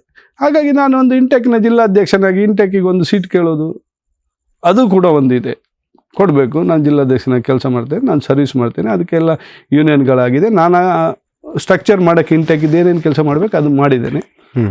ಹಾಗೆ ಕೊಡಬೇಕು. ನನ್ನ ಜನಾಂಗ ಇಲ್ಲಿ ಪ್ರಭಾವಿ ಜನಾಂಗ ಈ ತಾಲೂಕಲ್ಲಿ. ಮೊದಲು ನನ್ನ ಜನಾಂಗದವರು ಎಲ್ಲ ಪಂಚಾಯತ್ಗಳಲ್ಲಿ ಕಾಂಗ್ರೆಸ್ಸಿಗೆ ಸೀರಿಯಸ್ ಆಗಿ ವೀರಪ್ಪ ಇಲ್ಲಿ 72ರಿಂದ ಕೆಲಸ ಮಾಡ್ತಾಯಿದ್ರು. ಈಗ ಅವರೆಲ್ಲ ಸ್ವಲ್ಪ ನ್ಯೂಟ್ರಲ್ ಇದ್ದಾರೆ. ಅವರು ಆಕ್ಟಿವ್ ಆದರೆ ಗೆಲ್ಲುವ ಅವಕಾಶ ನನಗೆ ಜಾಸ್ತಿ ಅನ್ನೋದು ನನ್ನ ಚಿಂತನೆ. ಓಕೆ, ನೀವು ನಿಮಗೆ ಟಿಕೆಟ್ ಕೊಡಬೇಕು ಅಂತ ನೀವು ಹೇಳ್ತೀರಿ. ಮೊನ್ನೆ ಲಕ್ಷ್ಮೀ ಹೆಬ್ಬಾಳ್ಕರ್ ಜಿಲ್ಲೆಗೆ ಬಂದಂಥ ಸಂದರ್ಭದಲ್ಲಿ ಕಳೆದ ಪರಾಜಿತ ಅಭ್ಯರ್ಥಿಯ ಜೊತೆಗೆ ಕೈ ಹಿಡ್ಕೊಂಡು ನಿಂತು ಅವ್ರು ಒಂದು ಸ್ಟೇಟ್ಮೆಂಟ್ ಮಾಡ್ತಾರೆ, ಮುಂದಿನ ಚುನಾವಣೆಯ ಒಳಗಾಗಿ ಇಲ್ಲಿ ಒಂದು ಪರಶುರಾಮನ ಪ್ರತಿಮೆ ಏನು ಅರ್ಧಕ್ಕೆ ನಿಂತಿದೆ ಅದನ್ನ ನಾವು ಸ್ಥಾಪನೆ ಮಾಡ್ತೀವಿ ಅಂತ. ನಾನು ನಿಮ್ಮ ಕೆಲವು ಸಂದರ್ಶನಗಳನ್ನು, ನಿಮ್ಮ ಮಾತುಗಳನ್ನು ಕೇಳಿಸ್ಕೊಂಡಾಗ ನೀವು ಪರಶುರಾಮನ ವಿರೋಧವಾಗಿದ್ದೀರಿ. ಕಳೆದ ಬಾರಿ ಚುನಾವಣೆ ಯಾವ ಪರಶುರಾಮನನ್ನ ಇಟ್ಕೊಂಡು ಚುನಾವಣೆಗೆ ಬಿಜೆಪಿ ಸಿದ್ಧ ಆಗಿತ್ತು ಅಂತ ಮಾತಿತ್ತು, ಅದೇ ಸಿದ್ಧತೆಯಲ್ಲಿ ಈಗ ಕಾಂಗ್ರೆಸ್ ಕೂಡ ಇದೆ. ನೀವು ಪರಶುರಾಮನನ್ನ ವಿರೋಧ ಮಾಡ್ತೀರಿ. ಇಲ್ಲಿನ ಜಿಲ್ಲಾ ಉಸ್ತುವಾರಿ ಸಚಿವರು ಬಂದ್ಬಿಟ್ಟು ನಾವು ಪರಶುರಾಮನ ನಿಲ್ಲಿಸ್ತೀವಿ ಅಂತ ಹೇಳ್ತಾರೆ. ಉಸ್ತುವಾರಿ ಸಚಿವರ ವಿರುದ್ಧವಾಗಿ ನೀವು ಮಾತಾಡುವ ನಿಮ್ಮ ನಡೆ ನುಡಿಗೆ ನಿಮಗೆ ಟಿಕೆಟ್ ಸಿಗುತ್ತಾ? ನಾನು ಉಸ್ತುವಾರಿ ಸಚಿವರ ವಿರುದ್ಧ ಮಾತಾಡಲಿಲ್ಲ. ಅವ್ರು ಮೊನ್ನೆ ಹೇಳಿದ್ದು ಸ್ಟೇಟ್ಮೆಂಟ್, ಯಾವಾಗ ಒಂದು ವಾರ ನಾನು ಆ ವೇದಿಕೆಯಲ್ಲಿದ್ದೆ. ಆದರೆ ಸುನೀಲ್ ಕುಮಾರಿಗೆ ಸಮಸ್ಯೆ ಆಗಿದ್ದೆ ಪರಶುರಾಮನನ್ನು ಸ್ಥಾಪನೆ ಮಾಡಿ. ನಾನು ಹೇಳ್ತೇನೆ, ಅಷ್ಟು ಸುನೀಲ್ ಕುಮಾರ್ ಹೆಸರು ಹಾಳಾಗಕ್ಕೆ ಪರಶುರಾಮನ ಮೂರ್ತಿಯೇ ಕಾರಣ, ಮಾಡಿದ್ದೇ ಕಾರಣ ಅಂತ ನಾನು ಹೇಳ್ತೇನೆ. ಕಾರ್ಕಳದ ಪ್ರವಾಸೋದ್ಯಮದ ಅಭಿವೃದ್ಧಿ ಅದರಿಂದ ಅದರ ಹೆಸರಿಂದ ಸುತ್ತಮುತ್ತಲ ಜಾಗಗಳಿಗೆ ವ್ಯಾಲ್ಯೂ ಬರುತ್ತೆ, ಅಥವಾ ಅಲ್ಲಿನ ಒಂದು ಸಣ್ಣ ಗೂಡಂಗಡಿಯ ವ್ಯಕ್ತಿಗೆ ಒಂದು 1,000 ವ್ಯಾಪಾರ ಆಗುವ ದಿನ 2,000 ವ್ಯಾಪಾರ ಆಗುತ್ತೆ. ಅವನ ಜೀವನ ಮೌಲ್ಯ ಜಾಸ್ತಿ ಆಗುತ್ತೆ, ಅವನ ದುಡಿಮೆ ಜಾಸ್ತಿ ಆಗುತ್ತೆ ಅನ್ನುವಾಗ ನೀವು ಶಾಪದ ಕಾನ್ಸೆಪ್ಟ್ ಹೇಗೆ ತರ್ತೀರಿ? ನೋಡಿ, ಚಿಂತನೆಗಳು ಈ ಪ್ರಕೃತಿಯಿಂದ ಆಗಬೇಕು. ನಮ್ಮ ದೇಶದಲ್ಲದ ಪ್ರಕೃತಿಯ ಚಿಂತನೆಗಳು ನಮ್ಮ ದೇಶದ ನಮ್ಮ ಏರಿಯಾಕ್ಕೆ ಬಂದಾಗ ಶಕ್ತಿಗಳು ಕುಂದುತ್ತದೆ, ಶಕ್ತಿಗಳು ಉದ್ಭವ ಆಗುವುದಿಲ್ಲ. ನಮ್ಮ ಇಲ್ಲಿಯ ಶಕ್ತಿಯನ್ನು ಕಿಗ್ಗಾರ ಸೊತ್ತಿಗೆ ಟೈಮಲ್ಲಿ ಏನಾಯಿತು, ಭೈರವೇಶ್ವರ ಮಠದಿಂದ ಬಂದವನು, ಯಾವುದೋ ಒಂದು ಕಾರಣಕ್ಕೆ ಭೈರವನನ್ನು ನನ್ನ ಮೊದಲಿನ ಇಲ್ಲಿದ್ದ ಅನಂತರಾಯಲ ಅರಮನೆ ಅರಸರುಗಳು ಅನಿವಾರ್ಯವಾಗಿ ರಾಜು ಅನ್ನುವ ಒಬ್ಬ ಯಾರಿದ್ದ ಆವಾಗ ಅನಂತರಾಯರ ಅರಮನೆ ಅರಸ, ಅವನನ್ನು ಮಗಂತರ ಸಾಕಿದ್ದ. ಅವನು ಯಾವಾಗ ಅರಮನೆ ವಿರುದ್ಧ ರಿವೋಲ್ಟ್ ಆದ ಆವಾಗ ಭೈರವನನ್ನು ಕರೆಸುವ ಅನಿವಾರ್ಯ ಎದುರಾಯಿತು. ಆಗ ಅನಿವಾರ್ಯವಾಗಿ ಭೈರವ ಬಂದ. ಭೈರವ ಆದಮೇಲೆ ಇಲ್ಲಿನ ಅಭಿವೃದ್ಧಿಗಳು ವೇಗ ಜಾಸ್ತಿ ಆಯಿತು. ನಾವು ಭೈರವ ಒಟ್ಟು ಸೇರಿ ಇಡೀ ಜಿಲ್ಲೆಯಲ್ಲಿ ಎಲ್ಲ, ಆಗ ಭೈರವ ಜೈನನಾಗಿರಲಿಲ್ಲ, ಮೂಲ ಶೈವ ಅವನು ಭೈರವ, ಆಯ್ತಾ. ಆ ಅಭಿವೃದ್ಧಿ ವೇಗಗಳು ಜಾಸ್ತಿ ಆಯಿತು. ಹಾಗೆ ಈ ಚರಿತ್ರೆಯಲ್ಲಿ ಏನೇನು ನಡೆದಿದೆ ಅದನ್ನು ನಾವು ವೈಭವೀಕರಣ ಮಾಡ್ದೇನೆ. ಈಗ ಕಲ್ಕುಡನ ಆರಾಧನಾ ಜಾಗ ಇದೆ, ಅನಂತರಾಯಲ ಅರಮನೆ ಎದುರುಗಡೆ ಕಲ್ಕುಡನ ಆರಾಧನಾ ಜಾಗ ಇದೆ. ಅದು ಭಕ್ತಿಯಿಂದ ಮಾಡಿದ್ದು, ಪ್ರೀತಿಯಿಂದ ಮಾಡಿದ್ದು. ಅದು ಮಾಡುವ ಅಗತ್ಯ ಇರಲಿಲ್ಲ. ಯಾಕಂದರೆ ಅನಂತರಾಯಲ ಅರಮನೆ ಅರಸರುಗಳು ಪ್ರಭಾವಿಗಳಾಗಿದ್ದರು, ಅವ್ರು ಹೇಳಿದ್ದು ಡಿಸಿಷನ್ಗಳು ನಡೀತಾ ಇತ್ತು. ಆದರೆ ಕಲ್ಕುಡನನ್ನು ದೇವರಂತ ಪೂಜೆ ಮಾಡಿದರು ಪಾಪದ ಪಶ್ಚಾತ್ತಾಪಕ್ಕೆ. ಆವಾಗ ನಾವು ಯಾವುದನ್ನು ಆರಾಧನೆ ಮಾಡಬೇಕು? ಆ ಪಶ್ಚಾತ್ತಾಪಕ್ಕೆ ಮಾಡಿದ ಕಲ್ಕುಡನನ್ನು ಆರಾಧನೆ ಮಾಡಬೇಕಲ್ಲ, ರಾಜಕೀಯಕ್ಕೆ ಮಾಡಿದ ಕಲ್ಕುಡನನ್ನು ಆರಾಧನೆ ಮಾಡಬೇಕಾ? ನಿಲುವುಗಳಲ್ಲಿ ಸ್ಪಷ್ಟತೆ ಬೇಕಾಗ್ತದೆ, ಯಾವುದು ಸರಿ ಯಾವುದು ತಪ್ಪು ಅನ್ನೋದು. ಹಾಗೆ ಆ ಸರಿ ತಪ್ಪುಗಳನ್ನು ತುಲನೆ ಮಾಡಿಕೊಂಡು ನಾವು ಸಾಹಿತ್ಯ ಆಗಲಿ, ಚರಿತ್ರೆ ಆಗಲಿ, ಶಕ್ತಿಯ ಪ್ರದರ್ಶನಗಳಾಗಲಿ, ಅಲ್ಲ ನಂಬಿಕೆಗಳಾಗಲಿ ಎಲ್ಲ ಸತ್ಯದ ಆಧಾರದ ಮೇಲೆ ನಡಿಬೇಕು. ಮತ್ತು ಪ್ರೀತಿ, ವಿಶ್ವಾಸ, ಅನುಕಂಪ, ಪಶ್ಚಾತ್ತಾಪ ಇದರ ಮೇಲೆ ನಡೀತಾ ಹೋಗ್ಬೇಕಲ್ಲದೆ ನಮ್ಮ ಇಚ್ಛಾನುಸಾರವಾಗಿ ಯಾರೋ ಹೇಳಿದ್ರು ಅಂತ ನಾವು ಮಾಡ್ತಾ ಹೋಗ್ಬಾರ್ದು. ನಮಗಾಗಿ ಸ್ವತ್ತ ಬುದ್ಧಿ ಬೇಕು, ಅದಕ್ಕೆ ನಮಗೆ ಇತಿಹಾಸದ ಅರಿವು ಬೇಕು. ರಕ್ತೇಶ್ವರಿ ಇದ್ದರಕು ಅದು ಬೆರ್ಮನ ವೈದ್ಯ ಅಂತ ಇದ್ರು, ಹೈದರಾಲಿ ಯುದ್ಧದಲ್ಲಿ ಅವನು ಪಾಲ್ಗೊಂಡವನು. ಅವನ ಮನೆಯಲ್ಲಿತ್ತು ಆ ರಕ್ತೇಶ್ವರಿ, ಅವನೇ ಮನೆತನದವರು ಪೂಜೆ ಮಾಡ್ತಾ ಇದ್ರು. ಅದಕ್ಕೆ ನನ್ನ ಅಜ್ಜ ಬ್ರಹ್ಮಯ್ಯರು ದೇವಸ್ಥಾನ ಕಟ್ಟಿ ಅಲ್ಲಿ ದೇವಸ್ಥಾನದಲ್ಲಿ ರಕ್ತೇಶ್ವರಿಯನ್ನು ಪೂಜೆ ಮಾಡುವ ವ್ಯವಸ್ಥೆ ಆಯಿತು. ಆ ಪೂಜೆ ಯಾಕೆ ಆಯಿತು ಅನ್ನೋ ಚರ್ಚೆಗಳು, ಚಿಂತನೆ. ಮೊದಲು ಅದು ತುಮ್ಮೇನ ಎತ್ತಲಲ್ಲಿ ಮೂಲ ಅಂತ ಇತ್ತು, ಅಲ್ಲಿ ಎಲ್ಲ ಈಗಲೂ ಇದೆ, ಅಲ್ಲಿ ಪೂಜೆ ಮಾಡ್ತಾಯಿದ್ರು. ಅದರಿಂದ ಆಮೇಲೆ ಅಲ್ಲಿಂದ ಅಲ್ಲಿಗೆ ಅವನು ಮನೆತನ, ನಾವು ಆ ಕಡೆ ಶಿಫ್ಟ್ ಆದ್ವಿ. ಆವಾಗ ಅವರ ಮನೆತನ ಆಚೆ ಶಿಫ್ಟ್ ಆಯಿತು. ಆವಾಗ ಅವರು ಅಲ್ಲಿ ಪೂಜೆ ಮಾಡ್ಲಿಕ್ಕೆ ಶುರು ಮಾಡಿದ್ರು. ಆ ಇತಿಹಾಸಗಳನ್ನು ನಾವು ಮಾಡಬೇಕಾಗುತ್ತೆ. ಒಂದು ಕಾರಣಕ್ಕೋಸ್ಕರ ಪದ್ಧತಿಗಳನ್ನು ಮಾಡಿದ್ದಾರೆ. ಆ ಕಾರಣಗಳ ವೈಭವೀಕರಣ ಆಗಬೇಕಲ್ಲದೆ ನಮ್ಮ ಇಚ್ಛಾಶಕ್ತಿ, ನಮಗೆ ಸಂತೋಷ ಆಗ್ತದೆ, ನಮಗೆ ರಾಜಕೀಯ ಲಾಭ ಆಗ್ತದೆ ಅನ್ನುವ ಇದಕ್ಕೆ ನಾವು ಯಾವುದನ್ನೇ ವೈಭವೀಕರಣ ಮಾಡಲು ಹೋಗ್ಬೋದು. ಅದು ಕೊನೆಗೆ ಅಂತ್ಯವೇ. ನೀವು ಬರೆದಿಟ್ಕೊಳ್ಳಿ, ಕೆಲವು ಮಾಡಿದ ಅನಾಚಾರಗಳು ಅಂತ್ಯ ಆಗಿ ಆಗ್ತದೆ. ಈಗ ಸುನಿಲ್ ಕುಮಾರ್ ಅವರನ್ನ ಎದುರಿಸುವ ಸಾಮರ್ಥ್ಯ ಇರುವಂತ ಅಭ್ಯರ್ಥಿ ನೀವು ಅಂತ ನಿಮ್ಗೆ ಅನ್ಸುತ್ತಾ? ನೀವು ಮತ್ತು ಸುನಿಲ್ ಕುಮಾರ್ ಇಬ್ಬರು ಪ್ರತಿಸ್ಪರ್ಧಿಗಳಾಗಿ ನಿಂತಾಗ ಜನತೆ ಮತ್ತು ಇಲ್ಲಿನ ಮತದಾರರು ನಿಮ್ಮ ಕೈ ಹಿಡಿತಾರೆ, ನಿಮ್ಮನ್ನು ಗೆಲ್ಲಿಸ್ತಾರೆ ಅನ್ನುವ ವಿಶ್ವಾಸ, ಅದು ವಿಶ್ವಾಸವೋ ಅಥವಾ ಅತಿಯಾದಂಥ ವಿಶ್ವಾಸ ಅಂತ? ನಾನು ಯಾವುದೇ ನನ್ನ ಜೀವನದಲ್ಲಿ ಯಾರನ್ನು ಸ್ಪರ್ಧಿ ಎಂದು ನಾನು ಕೆಲಸ ಮಾಡ್ತೇನೆ, ಆ ಕೆಲಸ ಮಾಡುವ ಸಾಮರ್ಥ್ಯ ಇದೆ ಇಲ್ವಾ ಅಂತ ನಾನು ಚಿಂತನೆ ಮಾಡ್ತೇನೆ ಅಲ್ಲದೆ ಬಿಟ್ರೆ ಸ್ಪರ್ಧಿ ಯಾರಂತ ನಾನು ನೋಡೋದಿಲ್ಲ, ಸ್ಪರ್ಧೆಯ ಬಗ್ಗೆ ಚರ್ಚೆ ಮಾಡೋದಿಲ್ಲ. ನನಗೇನಾಗಬೇಕು, ನನ್ನ ಚಿಂತನೆಗಳೇನು ಅದನ್ನು ಸಮಾಜಕ್ಕೆ ತಿಳಿಸುವ ಕೆಲಸ ನಾನು. ಒಪ್ಪುದು ಬಿಡುವುದು ಜನರಿಗೆ ಬಿಟ್ಟದ್ದು. ಗೆಲ್ಲಿಸ್ತಾರೆ ಅಂತ ಹೇಳ್ತೀರಿ ಹಾಗಾದ್ರೆ? ಅಲ್ಲ, ಗೆಲ್ಲಿಸ್ತಾರೆ ಅನ್ನೋದಕ್ಕೆ ಗೆಲ್ಲಿಸುವಂಥ ಜನ ಇದ್ದಾರೆ ನನ್ನ ಹತ್ರ, ಗೆಲ್ಲಿಸುವಂಥ ಕೆಲಸ ಮಾಡುವಂಥ ಜನ ಇದ್ದಾರೆ, ಗೆಲ್ಲಿಸುವ ತಾಕತ್ತಿದ್ದವರಿದ್ದಾರೆ, ಮಜಲ್ ಪವರ್ ಇದ್ದಾರೆ, ಮ್ಯಾನ್ ಪವರ್ ಇದ್ದವರಿದ್ದಾರೆ, ಅಲ್ಲ ಫೈನಾನ್ಷಿಯಲ್ ಪವರ್, ಅವರು ನನಗೆ ಸಹಾಯ ಮಾಡ್ತಾರೆ ಅನ್ನೋದು ನಮ್ಮ ನಂಬಿಕೆ. ಅದ್ರ ಜೊತೆಗೆ ಅಡ್ಡ ಕತ್ತಿ ಹಾಕುವವರು ಕೂಡ ಇದ್ದಾರೆ. ಅದು ನಡೆಯುವುದಿಲ್ಲ, ಆ ಶಕ್ತಿ ಎದುರು ಅದನ್ನು ಅಡ್ಡ ಕತ್ತಿ ನಡೆಯುವುದಿಲ್ಲ. ಗೋಪಾಲ್ ಭಂಡಾರಿ ಅವರಿಗೆ ನಾನೊಂದು ವಿಶ್ವಾಸದ ಮಾತು ಹೇಳಿದ್ದೆ 2018 ಹೇಳಿದ್ದೆ, ಮುಂದಿನ ಎಲೆಕ್ಷನ್ ನಂದು, ಅದು ನೀವು ಗೆಲ್ತೀರಾ, ಈ ಸರ್ತಿ ಆಗುದಿಲ್ಲ. ಎಲೆಕ್ಷನ್ ಮೊದಲೇ ಹೇಳಿದ್ದೆ, ನೀವು ನಿಲ್ಲೋದು ಬೇಡ ಅಂತಲೂ ಹೇಳಿದ್ದೆ, ಈ ಸರ್ತಿ ಬೇಡ, ನೆಕ್ಸ್ಟ್ ಇಲೆಕ್ಷನ್ ನೋಡಿ ನಾನು ನಿಮ್ಮನ್ನು ಹೇಗೆ ಮಾಡಿಕೊಡ್ತೇನೆ ಅಂತ ಹೇಳಿದ್ದೆ. ಅದೊಂದು ಚಿಂತನೆ. ಆ ಚಿಂತನೆ ಕೆಲಸಕಾರಿಯಾದಾಗ, ಆ ಚಿಂತನೆಗಳನ್ನು ಜನರು ಒಪ್ಪಿದಾಗ ಗೆಲ್ತೇವೆ. ಆ ಚಿಂತನೆಗಳನ್ನು ಇಂಪ್ಲಿಮೆಂಟ್ ಮಾಡೋಕ್ಕೆ ಗೋಪಾಲ್ ಭಂಡಾರಿ ಹತ್ರ ಯೋಗ್ಯತೆ ಇತ್ತು. ಅದನ್ನು ಅವರ ಯೋಗ್ಯತೆ ಏನು, ಅವರನ್ನು ಹೇಗೆ ಪ್ರಮೋಟ್ ಮಾಡ್ಬೋದು, ಪ್ರಮೋಟ್ ಮಾಡುವ ಅವಕಾಶ ಇತ್ತು, ಅವರ ಬಗ್ಗೆ ಪ್ರಚಾರ ಕೊಡುವ ಅವಕಾಶ ಇತ್ತು. ಅವರನ್ನು ಈಗ ದೇವರಿಗೆ ಏನು ಮಾಡ್ತೀವಿ ನಾವು, ಕಲ್ಕುಡನನ್ನು ಯಾಕೆ ಪೂಜೆ ಮಾಡಿದ್ದೀವಿ, ಪಶ್ಚಾತ್ತಾಪ ಆಯಿತು, ಕೆಲವು ತೊಂದರೆಗಳು ಕಾಣಿಸುತ್ತೆ ಅವನ. ಆಮೇಲೆ ಆವಾಗ ಎಲ್ಲ ಸೇರಿ ನಾವು ಕಲ್ಕುಡನನ್ನು ದೈವ ಅಂತ ಪೂಜೆ ಮಾಡಿದ್ವಿ. ಅವನು ಬುದ್ಧನನ್ನು ಕೆತ್ತಿದ್ದಾನೆ, ಅಹಿಂಸಾವಾದಿ ಬುದ್ಧ, ಬಾಹುಬಲಿ ಅಹಿಂಸಾವಾದಿ, ಅವನನ್ನು ಕೆತ್ತಿದ್ದಾನೆ. ಅದಕ್ಕೋಸ್ಕರ ಅವನಿಗೆ ಅನಿವಾರ್ಯವಾಗಿ ನಾವೊಂದು ದೈವತಾ ಸ್ವರೂಪ ಕೊಡಲೇಬೇಕಾಯ್ತು. ಯಾಕಂದರೆ ಅವನಿಗೆ ಅನ್ಯಾಯ ಆಯಿತು, ಅಹಿಂಸಾವಾದಿಯನ್ನು ಕೆತ್ತಿದ ಒಬ್ಬ ಅನ್ಯಾಯ ಆಯಿತು ಅವನಿಗೆ. ಅದಕ್ಕೋಸ್ಕರ ಕಲ್ಕುಡನ ಶಕ್ತಿ ಅವನ ವೈಭವೀಕರಣ ಆದಾಗ ಜನರು ಅವನು ಎಲ್ಲರೂ ಒಪ್ಪಿದ್ರು, ಕಲ್ಕುಡನನ್ನು ದೇವರಂತ, ದೈವ ಅಂತ ಒಪ್ಪಿದಾಗ ಎಲ್ಲ ಪೂಜೆ ಮಾಡಿದ್ದು. ಗೋಪಾಲ್ ಭಂಡಾರಿ ಅವರನ್ನು ಹಾಗೆ ರಾಜಕೀಯವಾಗಿ ಪ್ರಮೋಟ್ ಮಾಡಿ ಅವರನ್ನು ಗೆಲ್ಲುವ ಅವಕಾಶಗಳಿತ್ತು. ಅವ್ರ ಹತ್ರ ಜನರಿಗೆ ಮಾಡಿದ ಸೇವೆಗಳು, ಅವರು ಟೆನೆನ್ಸಿ ಆಕ್ಟ್ ಇರ್ಬೋದು, ಇನ್ನು ಮತ್ತೊಂದು ಏನಾದರೂ ಸಮಸ್ಯೆ ಆದಾಗ ನನ್ನ ಜೀವನದಲ್ಲಿ ಅವರು ಒಂದು ಚಿಕ್ಕ ಮಾಡಿದ ಸಹಾಯಗಳು, ಅದೆಲ್ಲ ನಮಗೆ ಮೋರಲಿ ನನಗೆ ಕೊಟ್ಟ ಸಪೋರ್ಟ್ಗಳು. ಒಂದು ಟೈಮಲ್ಲಿ ನನಗೂ ಸುನಿಲ್ ಕುಮಾರಿಗೂ ಒಂದು ಚಿಕ್ಕ ಗಲಾಟೆಗಳು ನಡೀತಾ ಇತ್ತು. ನಾನು ರಾಜಕೀಯದಲ್ಲಿ ಇರಲಿಲ್ಲ, ಅದೇ ಗೋಪಾಲ್ ಭಂಡಾರಿ ಹೇಳಿದ ಕೆಲಸ ನಾವು ಆವಾಗಲೂ ಮಾಡ್ತಾಯಿದ್ವಿ. ನನ್ನ ತಂದೆ ಮನೆಯವರೆಲ್ಲ ಗೋಪಾಲ್ ಭಂಡಾರಿ ಅವರು ಹೇಳಿದ ಕೆಲಸ ಮಾಡ್ತಿದ್ವಿ. ನಾವು ರಾಜಕೀಯ ಇಚ್ಛಾಶಕ್ತಿ ಇದ್ದವರು ಆಗಿರಲಿಲ್ಲ ಆಗ. ಉತ್ತಮ ಸಂಸ್ಕಾರಯುತ ಶಿಕ್ಷಣದೊಂದಿಗೆ VSS English medium CBSE school Udupi Muddur. ನರ್ಸರಿಯಿಂದ 10ನೇ ತರಗತಿವರೆಗೆ ಶಿಕ್ಷಣದ ಜೊತೆಗೆ 5ರಿಂದ 10ನೇ ತರಗತಿವರೆಗಿನ ವಿದ್ಯಾರ್ಥಿನಿಯರಿಗೆ ಉತ್ತಮ ಹಾಸ್ಟೆಲ್ ಸೌಲಭ್ಯವೂ ಇದೆ. ನಿಮ್ಮ ಮಕ್ಕಳ ಪ್ರವೇಶಾತಿಗಾಗಿ ಈ ಸಂಖ್ಯೆಗೆ ಕರೆ ಮಾಡಿ. ಕರ್ನಾಟಕದ ನಾವು ಕಾರ್ಕಳದಲ್ಲಿ ಕೂತು ಕಾರ್ಕಳದ ರಾಜಕೀಯದ ಬಗ್ಗೆ ಮಾತಾಡ್ತಿದ್ದೀವಿ. ನಾವು ಸ್ವಲ್ಪ ಪಕ್ಷಿ ನೋಟಕ್ಕೆ ಹೋದ್ರೆ ಕರ್ನಾಟಕದ ರಾಜಕೀಯದಲ್ಲಿ ನೋಡಿದ್ರೆ ಕಾಂಗ್ರೆಸ್ಸು ಸದ್ಯಕ್ಕೆ ಅಸ್ಥಿರತೆಯಲ್ಲಿದೆಯಾ? ಕಾಂಗ್ರೆಸ್ನಲ್ಲಿ ಮುಖ್ಯಮಂತ್ರಿ ಬದಲಾವಣೆಯ ಚರ್ಚೆ ಬಹಳ ದೊಡ್ಡ ಮಟ್ಟದಲ್ಲಿದೆಯಾ? ನಿನ್ನೆ ಮೊನ್ನೆ ಜಾರ್ಜ್ ಅವರ ರಾಜೀನಾಮೆಯ ವಿಚಾರ ಕೂಡ ಬಹಳ ದೊಡ್ಡ ಮಟ್ಟದಲ್ಲಿ ಸದ್ದಾಗುತ್ತೆ.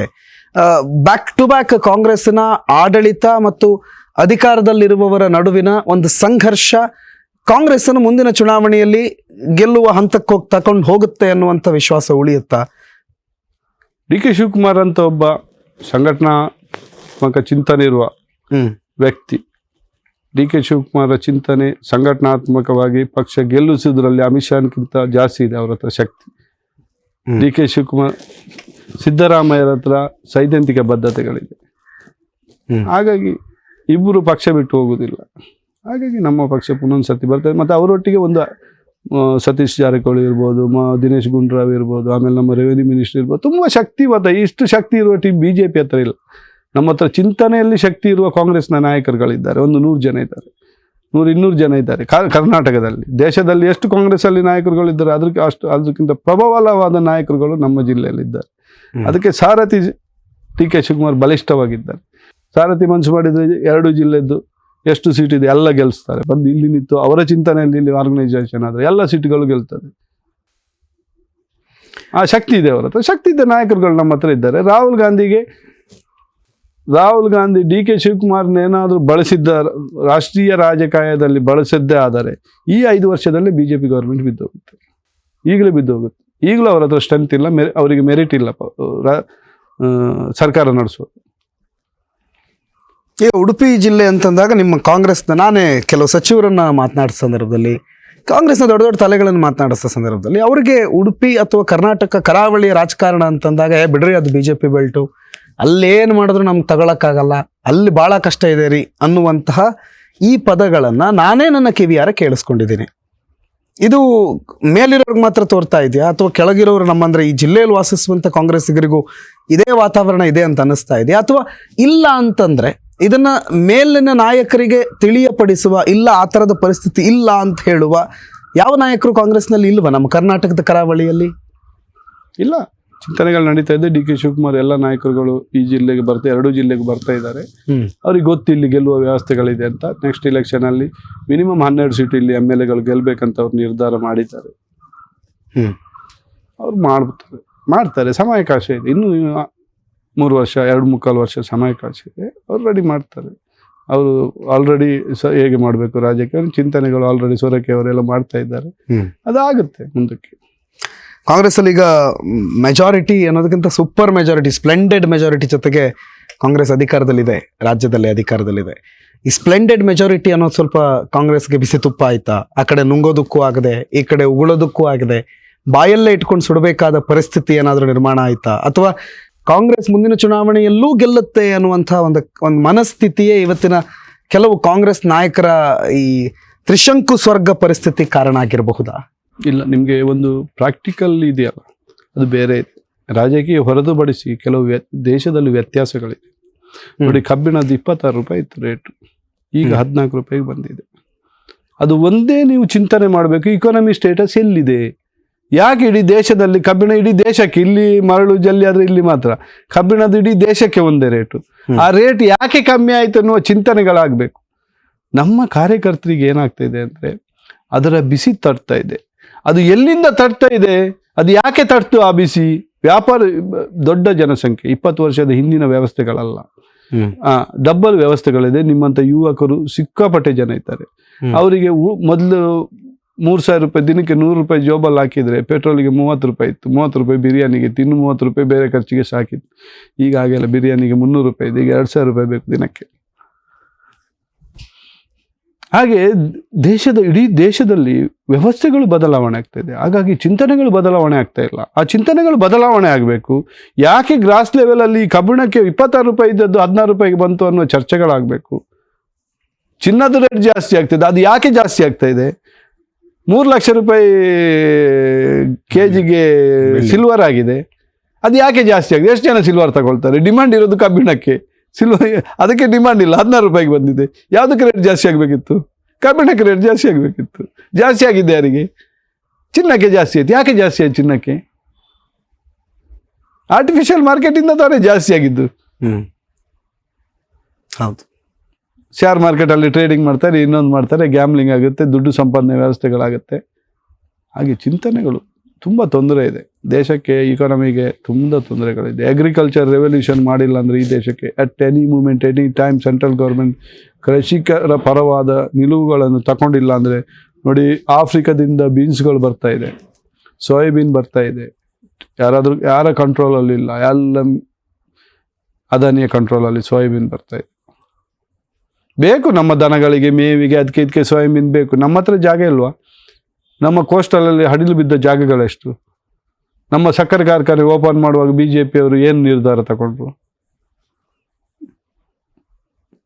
ಯಾರ ಒಬ್ಬ ವ್ಯಕ್ತಿಗೆ ದುಡ್ಡು ಮಾಡಬೇಕಂತ ರಾಜಕೀಯ ನಡೀತಿದ್ದೆ, ಅದು ಆಗಬಾರ್ದು. ಕಾಂಗ್ರೆಸ್ ಆಗಿ ಮಾಡಿಲ್ಲ. ಕಾಂಗ್ರೆಸ್ ಕ್ರಾಂತಿಗಳನ್ನು ಮಾಡಿದೆ, ಪಂಚವಾರ್ಷಿಕ ಯೋಜನೆಗಳನ್ನು ಮಾಡಿದೆ. ಅದು ಯಾರೇ MLAಗೆ ಉಪಯೋಗವಾಗಲಿ ಅಂತ ಮಾಡಿದ್ದಲ್ಲ. ರಸ್ತೆಗಳ ಬಗ್ಗೆ ಚರ್ಚೆ ಮಾಡುವನೇ ಇರಲಿಲ್ಲ ಆವಾಗ. ರಸ್ತೆಗಳು ಇಶ್ಯೂವೇ ಆಗಿರಲಿಲ್ಲ. ರಸ್ತೆ ನೀರು ಎಲ್ಲ ಇಶ್ಯೂವೇ ಅಲ್ಲ ಆವಾಗ. ಎಷ್ಟು ಕಷ್ಟ ಆದರೂ 10 ಕಿಲೋಮೀಟರ್ ದೂರದಿಂದಲೂ ನೀರು ತಗೊಂಡು ಬಂದು ಕುಡಿತಾ ಇದ್ರು. ಇಶ್ಯೂಗಳೇ ಬೇರೆ ಇತ್ತು ಕಾಂಗ್ರೆಸ್ ಸರ್ಕಾರಗಳಿರುವಾಗ. ಅನ್ನದ ಊಟದ ವ್ಯವಸ್ಥೆ, ಅದು ಇನ್ನೊಂದು ಮತ್ತೊಂದು, ವಿದ್ಯಾಭ್ಯಾಸ, ಅದಕ್ಕೆಲ್ಲ ಕಾಂಗ್ರೆಸ್ ಬೇಕಷ್ಟು ಏನಿದೆ ಗ್ರಾಸ್ ಲೆವೆಲಲ್ಲಿ ಅದನ್ನೆಲ್ಲ ಮಾಡಿ ದುಡ್ಡು ಕ್ರೋಢೀಕರಣ ಮಾಡಿ ಎಲ್ಲ ಕೊಟ್ಟಾಗ ಸೊಕ್ಕಿದ ಹೋರಿ ಏನು ಮಾಡ್ತದೆ ಹೇಳಿ? ಅದು ಯಜಮಾನಿಗೆ ಹಾಯ್ತದೆ. ಹಾಗೆ ಸೊಕ್ಕಿದ ಹೋರಿ ದೇಶಕ್ಕೆ ಹಾಯ್ತಾ ಇದೆ ಈಗ. ಕೊನೆಯ ಹಂತಕ್ಕೆ ನಾವು ಬಂದಿದ್ದೆ ನಮ್ಮ ಚರ್ಚೆಯಲ್ಲಿ. ನಾನು ನಿಮ್ಗೊಂದು ಅವಕಾಶ ಕೊಡ್ತೀನಿ. ನಿಮ್ಮ ಕ್ಷೇತ್ರದ ಮತದಾರರಿಗೆ ನಿಮ್ಮನ್ನ ಆರಿಸುವಂತೆ ಒಂದು ಮನವಿ ಮಾಡ್ಕೋಬಹುದು. ಯಾಕೆ ನಿಮ್ಮನ್ನ ಜನ ಆರಿಸಬೇಕು, ಅಥವಾ ಮುಂದೆ ಒಂದು ವೇಳೆ ನಿಮಗೆ ಟಿಕೆಟ್ ಸಿಕ್ಕರೆ ನಿಮಗೆ ಯಾಕೆ ಮತ ಹಾಕಬೇಕು ಅನ್ನುವಂಥ ಒಂದು ಪ್ರಶ್ನೆಗೆ ಜನರಿಗೆ ಉತ್ತರ ಕೊಟ್ಬಿಡಿ. ಅದ್ರ ಜೊತೆ ನಾವು ಜನರಿಗೆ ನನ್ನ ಕಾರ್ಯ ಇನ್ನೂ ಕೆಲಸ ಸ್ಟಾರ್ಟ್ ಮಾಡಿ. ಈಗ ಅದಕ್ಕೆ ಫೌಂಡೇಶನ್ಗಳಾಗ್ತಾ ಇದೆ. ಇಂಟೆಕ್ನ ಸ್ಟ್ರಕ್ಚರಿಗೆ ಫೌಂಡೇಶನ್ ಆಗಿ ನಾನು ಫುಲ್ಫಿಲ್ ಆಗಿ ಇಂಟೆಕ್ ಅನ್ನು ಕಟ್ಟಿದ ಮೇಲೆ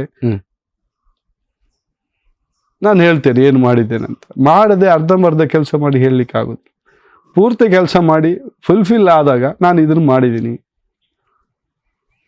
ಇನ್ನು ನಾನು ಮಾಡುವ ಕೆಲಸಗಳು ಸಾಮಾಜಿಕ ಜೀವನ ನಾನು 30 ವರ್ಷದಿಂದಲೂ ಮಾಡ್ತಾ ಇದ್ದೀನಿ. ಇಲ್ಲಿ ಯಾವುದೇ ಅಭಿವೃದ್ಧಿ ಇರ್ಬೋದು, ಪ್ರಕೃತಿ ವಿರುದ್ಧ ಹೋರಾಟಗಳಿರ್ಬೋದು, ಕೆಲವು ಸಿಕ್ಕಾಪಟ್ಟೆ ನಾನು 20 ವರ್ಷದಿಂದಲೂ ಅದರಲ್ಲಿ ಪಾಲ್ಗೊಂಡಿದ್ದೇನೆ. ಅದರಲ್ಲಿ ನಾನು ಯಾಕೆ ಮಧ್ಯದಲ್ಲಿ ಅದನ್ನೆಲ್ಲ ಬಿಟ್ಟೆ ಅಂದರೆ, ಜನರು ಹೋರಾಟ ಅಂತ ಸ್ಟಾರ್ಟ್ ಆಗುತ್ತೆ, ಅದು ಆಮೇಲೆ ದುಡ್ಡಿ ಬಂದಾಗ ಹೋರಾಟ ಮಾಡುವವನು ಒಬ್ಬನೇ ಉಳಿತಾನೆ, ದುಡ್ಡು ತಗೊಳ್ಳೋರು ತಗೊಂಡು ಹೋಗ್ತಾರೆ ಅವರವರವರ ಮನೆಗೆ. ಹೋರಾಟ ಮಾಡೋರು ಈಗಾಗಿದ್ರೆ ಕುವೆಂಪು ಅವರಿಗೆ ಪದ್ಮಭೂಷಣ ಎಲ್ಲ ಸಿಕ್ಕಿದೆಯಲ್ಲ, ಯಾವುದು ಸಿಗ್ತಾ ಇರಲಿಲ್ಲ ಅವರಿಗೆ. ಈಗ ಆಗಿದ್ರೆ ಅವರು ಈಗ ಒಬ್ಬ ಜಾಸ್ತಿ ಕರಪ್ಟ್ ಮಾಡಿದವನು ಸ್ಟೇಜಲ್ಲಿ ಭಾಷಣ ಮಾಡ್ತಾನೆ, ಒಬ್ಬ ವಿದ್ವಾಂಸ ಸಾಹಿತಿ ಒಬ್ಬ ಇಂಟಲೆಕ್ಚುಯಲ್ ಕೆಳಗಡೆ ಅವನ ಭಾಷಣ ಕೇಳೋ ಪರಿಸ್ಥಿತಿ ಆಗಿದೆ. ಅದೇ ಕಾಂಗ್ರೆಸ್ ಸದೃಢ ನಾಯಕ ಇರುವಾಗ ಅದಕ್ಕೆ ಅವಕಾಶ ಇರಲಿಲ್ಲ. ಯೋಗ್ಯತೆ ಆಧಾರದ ಮೇಲೆ ಅಧಿಕಾರಗಳು ಪದವಿಗಳು ಎಲ್ಲ ಸಿಗ್ತಾ ಇತ್ತು. ಈಗ ದುಡ್ಡಿನ ಆಧಾರದ ಮೇಲೆ ಸಿಗ್ತಾ ಇದೆ. ಕೇಂದ್ರ BJP ಬಂದ ಮೇಲೆ ಈ 10 ವರ್ಷದಲ್ಲಿ ವಿಪರೀತ ಹೆಚ್ಚಾಗಿದೆ. ಅದು ಬದಲಾವಣೆ ಆಗಬೇಕು. ಯೋಗ್ಯತೆ ಆಧಾರದ ಮೇಲೆ ಆಗಬೇಕು. ಆ ಯೋಗ್ಯತೆ ಬೆಳೆಸುವ ಯೋಗ್ಯತೆಯನ್ನು ಇನ್ನಷ್ಟು ಜಾಸ್ತಿ ಮಾಡೋ ಪ್ರಯತ್ನ ನಾನು ಮಾಡ್ತಾ ಇದ್ದೀನಿ. ಅದು ಎಕ್ಸ್ಟ್ರೀಮ್ ಲೆವೆಲ್ಗೆ ನನ್ನ ಕೆಲಸ ಹೌದು ಸಂತೃಪ್ತಿ ಆಗಿದೆ ನನ್ನ ಕೆಲಸಗಳು ನನಗೆ ಅಂತ ಹೇಳುವಾಗ ನಾನು ಪಬ್ಲಿಕ್ ಹತ್ರ ಮನವಿ ಮಾಡಿಕೊಂಡೇ ಮಾಡ್ತೇನೆ. ನನ್ನ ಹಿರಿಯರು ಮಾಡಿದ ಕೆಲಸ, ನಾನು ಮಾಡಿದ ಕೆಲಸ ಎಲ್ಲ ಸೇರಿ ನಾನು ಮನವಿ ಮಾಡ್ಕೊಳ್ತೇನೆ.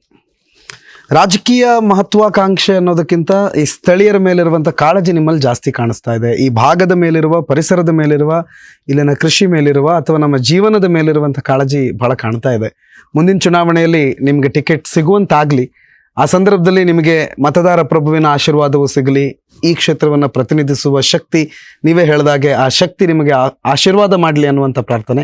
ಥ್ಯಾಂಕ್ ಯು ಸೋ ಮಚ್ ನಮ್ಮ ಜೊತೆಗೆ ಚರ್ಚೆಯಲ್ಲಿ ಭಾಗವಹಿಸಿದ್ದಕ್ಕೆ, ನಿಮ್ಮ ಅಮೂಲ್ಯ ಅರ್ಧ ಗಂಟೆ ನಮಗೆ ಕೊಟ್ಟಿದ್ದಕ್ಕಾಗಿ. Thank you. ವೀಕ್ಷಕರೇ, ನೋಡಿದ್ರಲ್ಲ, ಸದ್ಯ ಕಾರ್ಕಳದ ಕಾಂಗ್ರೆಸ್ನ ಒಂದು ಪರಿಸ್ಥಿತಿಯನ್ನ ಬದಲಾವಣೆ ಮಾಡುವಂಥ ಒಂದು ಉತ್ಸಾಹದಲ್ಲಿ ಇಲ್ಲಿನ ನಾಯಕರು ಕಿರಣ್ ಹೆಗಡೆ ಅವರಿದ್ದಾರೆ. ಹಾಗಾದ್ರೆ ಕಾಂಗ್ರೆಸ್ನ ವಿಚಾರದಲ್ಲಿ ಕಿರಣ್ ಹೆಗಡೆ ಅವರ ನಾಯಕತ್ವದಲ್ಲಿ ಮುಂದೇನಾದ್ರೂ ದೊಡ್ಡ ಬದಲಾವಣೆ ಆಗುತ್ತಾ ಅನ್ನುವ ಪ್ರಶ್ನೆಗೆ ಕಾಲವೇ ಉತ್ತರ ಕೊಡಬೇಕು. ಇದು ಈ ಹೊತ್ತಿನ ವಿಶೇಷ. ನೋಡ್ತಾ ಇರಿ ನ್ಯೂಸ್ ನೆಕ್ಸ್ಟ್. ಇದು ವರ್ತಮಾನದ ಕೈಗನ್ನಡಿ.